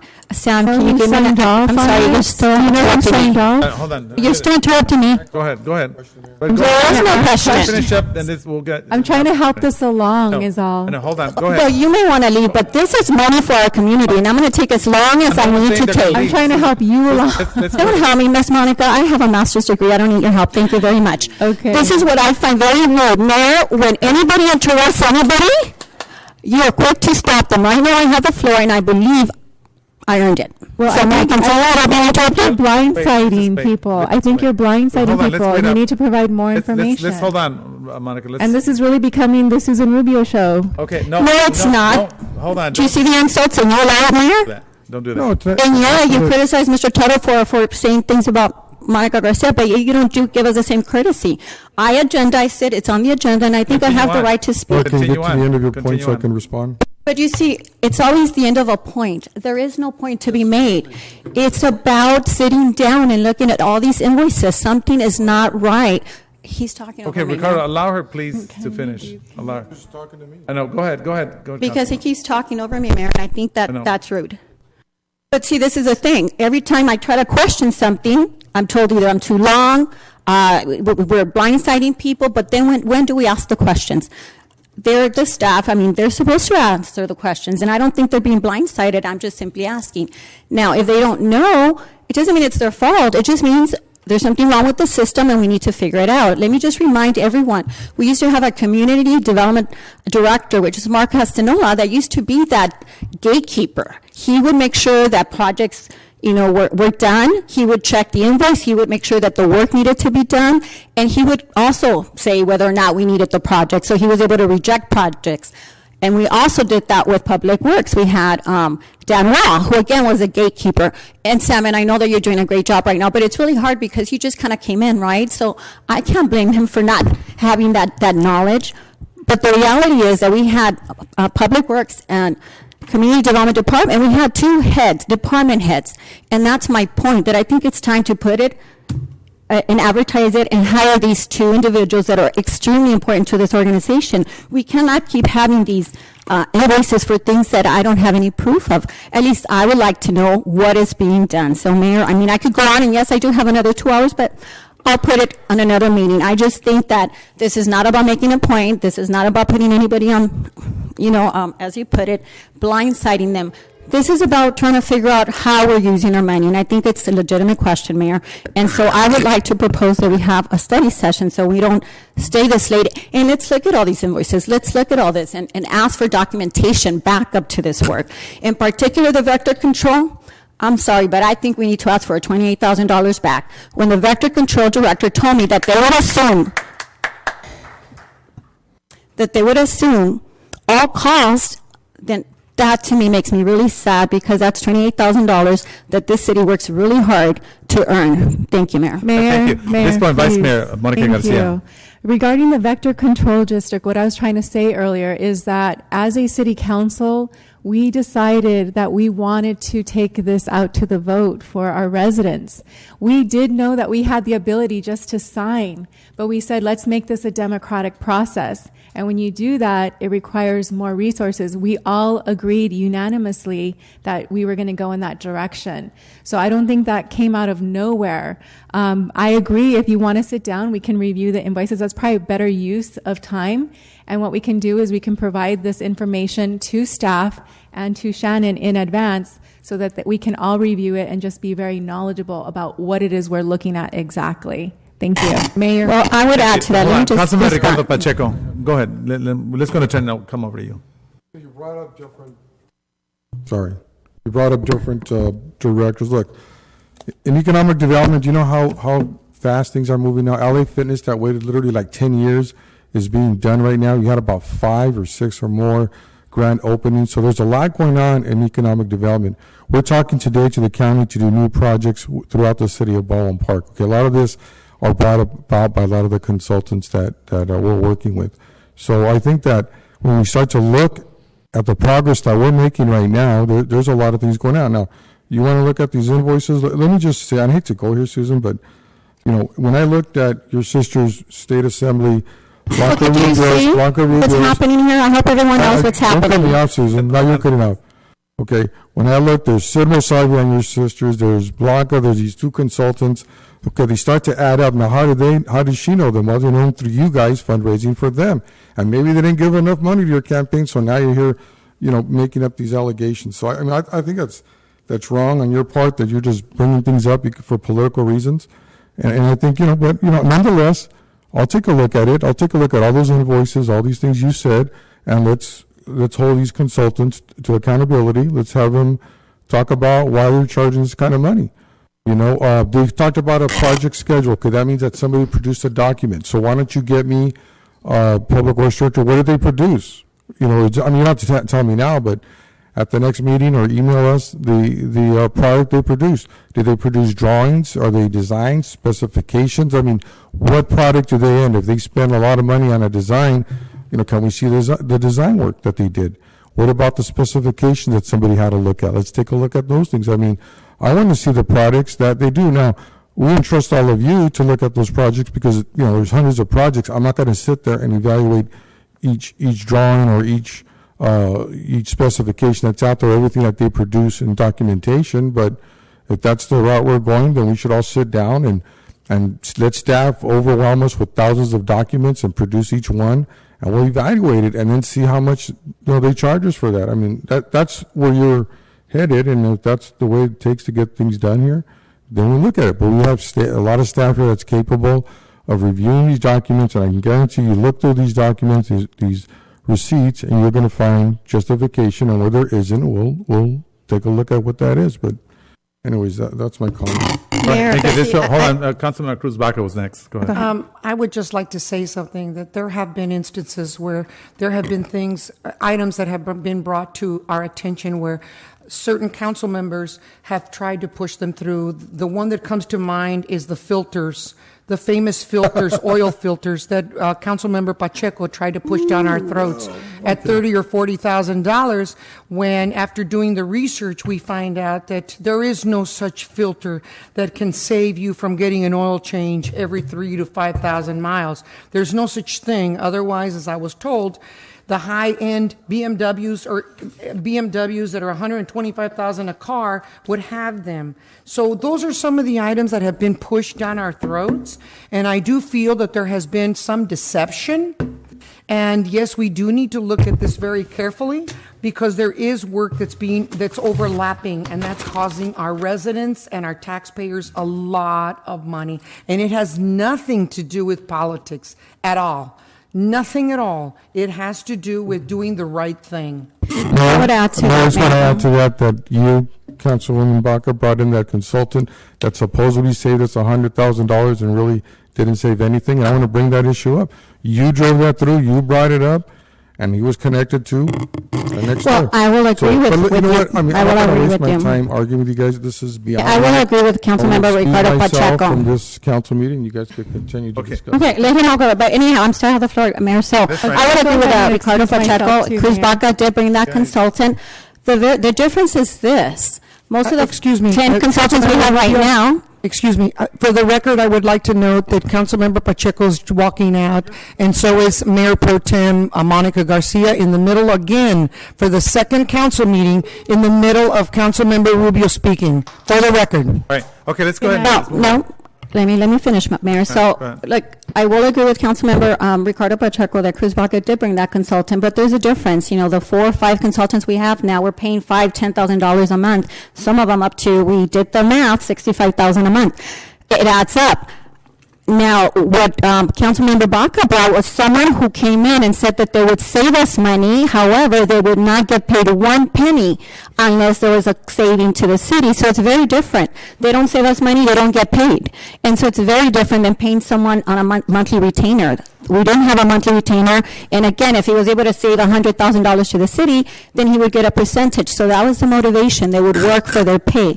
Now, going back to what Mayor Pro Tem Monica Garcia said, she says that we all voted to go out to the residents so they knew about the vector control, and I absolutely agree. But you missed it last council meeting when I did say our staff is more than capable, because I remember what the Bob Bisno project, when we're going to have redevelopment, I spent months with our staff, and they were doing charrettes and community meetings every single week.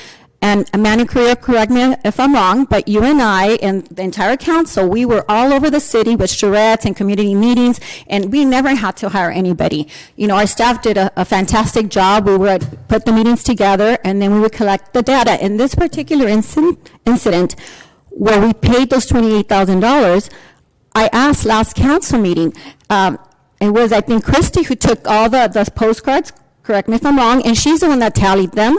And it was, you know, Manicure who put the meeting together. Our staff was there to answer the questions, and the only information we gave was a 20-minute video that the vector control brought. So I just do not see why we're paying $28,000. So it's very different, and I still believe that we need to let our staff try first before we go to an outside agency. Going back to community development, we did hire Victor, and I will reiterate, since last council meeting they walked out again, that Victor was created specifically to help with economic development, to do little things like that. So, for example, if Sam Gutierrez needs help, then he could use them. If Amy needs help, then she could use them. At this point, we're giving everything out to an outside agency, and I think we need to be more careful about that. So, you know, again, they keep calling it an allegation. There is no allegation. There is an invoice for $28,000. We have been paying going back to February, and the vector control said that there was no cost, that they would assume all costs. So it is not a rumor. It's not an allegation. I have the invoices if anybody wants to see them. Thank you, Mayor. Thank you very much. All right, moving on, we have another one, right? Which is Yes, she's got two more. All right, Councilmember Rubio is requesting consideration of space near the police department to designate an e-commerce buy-seller exchange area to protect consumers from the theft and inappropriate behavior, as well as designated child custody drop-off area. Thank you, Mayor. And this is something that I've seen in many other communities, so I'm not reinventing the wheel or anything. There have been a lot of theft now with the whole e-commerce, people looking online, Craigslist and all that, and people have been assaulted, people have been robbed. And so I think it would be wise for us, and at least, you know, for our community to have designated parking spaces near the police station. I think we have cameras there, correct? And so if anybody, let's say, made a sale or they wanted to show merchandise, they would have a safe space to go park and exchange information and exchange whatever it is that they're buying. But at least we would have record of it, video, or again, if anybody got assaulted, we would have some type of documentation. But also, you know, custody drop-off, it could be two things, you know, custody drop-off and e-commerce. I also know several couples who go to supermarkets and other venues to exchange the kids, and I just think that's dangerous in itself, and I think we also need to have a designated area where they just come to the police station, not inside, just parking spaces as close as we can get them to the police station where they can just park, exchange kids, and then, you know, at least our community will be safer that way. Thank you, Mayor, on that one. So can we move forward? I would like consensus to see we can research some of the other cities that have it. It's very simple. Councilwoman Rubio, if I might. Uh-huh. I've been in council with my staff and also the city manager over this, and we have identified a potential spot. It's where they were going to do the night movies in that little cemented area. Mm-hmm. With just a slight modification, we should be able to use that area. If everybody would be in agreement with that. Oh. I think that's a great idea, and it's out in the open, so I think Yes, that's it is. but we do have cameras there, right? Like Yes, this- we do have cameras outside. We just might have to fine tune it to make sure that it hits that exact spot. Okay, perfect. And like I said, and I've seen it, and it's very simple. You just do the coloring and you just designate it. So anyways, we're in agreement. Thank you for that. Let's go to the next item. I know it's late for All right, everyone. that's fine. Councilmember Rubio is requesting discussion and consideration to enhance and or implement new programs to improve police-community relations. You know, there's a lot of things that come with this conversation, so I'll just tackle a little bit of what I like to see. You know, one of the things that I think for a while, at least that's something what I sense, it's like we're such a separate organization, like the POA is one organization, the city is one organization, but I think that given all the tragedies around our nation, all the shootings and everything, I think it's time that we are perceived as like one unit. And I like to see us be more supportive. And I know it's always the financial issue, and I get it. But for example, the National Night Out, I did drive through some of the communities, and they had like city signs, like big banners in the entryway of the cities that said, National Night Out, and they did a great job in helping advertise these events. And I think that that's one way we can have the committee buy-in. If the city is promoting the event, it makes it easier. Now, I know we did do a lot. You know, I think we did. Did we advertise it on the marquee, Manny? Yes, we did. We did advertise in the marquee. I believe it was also on the city's website, and it's on the police website. Yeah, we had the portable digital marquee around the city. So I would like to ask, you know, as a council, we can come to consensus of buying like a big city banner where we have like the city logo, the police logo, and then a big national night out where it doesn't have to have necessarily a date per se, because I know is it the same? No, it's every Tuesday of August, correct? The first Tuesday of August? Yes. But something generic where it says National Night Out, and as soon as people start seeing the banner, at least they start paying attention to these things, because I really like us to see more unity, more participation, and we're doing a great job. But again, I think that we need to move forward toward having more collaboration. Like I said, it's a long discussion, and I know it's late, but I want to bring back a couple more ideas, and I'll just leave it to the next council meeting. But to start off, can we purchase a banner that says National Night Out with city logo and police logo so we can advertise it a little better for next year? Yes, actually, Public Works, that idea has been tossed around by a few council members, and Public Works is in the process of having designed some poles in a couple of the key locations throughout the city, and once those are put in place, then the city will be able to advertise that event, not only that event, but all other city events throughout the year. Awesome. Okay, I have a question about then the poles. Sam, are those things that you can do in-house, like the poles and the pavement and all that? Is it something that I guess you're qualified to do, and it's something we can do in-house? Well, I don't have my license yet. I'm expecting to have that soon. But sure, if I had my license, I could. But at the moment, I can't. We have to send that out to. Oh, but you're working on it. Okay. All right. Thank you. So I'll just leave it at that, Mayor. Like I said, I have like 5 more ideas, but I'll just close now. Thank you for entertaining thank you all very this much. stuff. Appreciate at this it. point, also, Councilmember Cruz Baca is requesting a consideration of directing legal counsel to research the Good Samaritan Act in regards to donating food for our city events to those less fortunate. In addition, from our restaurants, church events, and other organizations, food could be offered to nonprofits for pickup and also possible delivery. Councilmember? Yes, and like I mentioned earlier, I sit on the homeless committee for the COG. And we had a meeting a few weeks ago, which Armando Nava, as well as Eurico from Parks and Rec, were able to attend. And one of the things that was very surprising to all of us, and not just us, but there were several people, council members from other cities, is that there is what is a Good Samaritan Food Act. And it's from the 1960s, believe it or not, which says that if you are a party planner or you're having an event like at the park or at a church or at your home probably, and there's leftover food, you can have someone either pick it up or you can have it delivered if you have that facility or that capability, and that you will not be held liable if anything should happen, like someone coming back and saying you poisoned me or whatever. So I would like to direct council to please check into the Good Samaritan Food Act of the 1960s. I forget the exact date, but it was the 1960s. I think that's great. I'll research that and get right back to you. Thank you. All righty. Okay. Well, at this point, unless anyone else, I just want to say before I forget, Lieutenant, I just saw you walk in, bud, or a little while. You been here, standing here? Yes, he's been there. He was going to race me in the 5K, and I know he would have probably ended up beating me by maybe 2-3 seconds. But next time around, have a good time and Cabo as well. So at this point, I'd like to move for adjournment. I'll second it. Any objections? See none, so move. Have a good evening. Viva Baldwin Park. No, nothing. Fanny? Oh, yeah.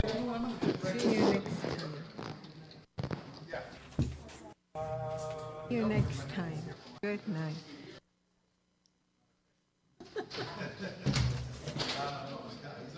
That was really nice. Okay. No, I'll be back. Shannon, I need a new filter. It's falling off. It's falling apart and then it fell. So it's on the ground somewhere. So whenever you have a chance, I forgot to tell Mark. Okay, let me grab it so I remember. It's one of these filters. Okay. Oh, yeah, it's all full. Yes. Thanks, Chief. Yes.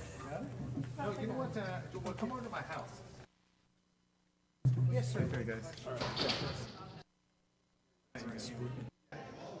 Always that.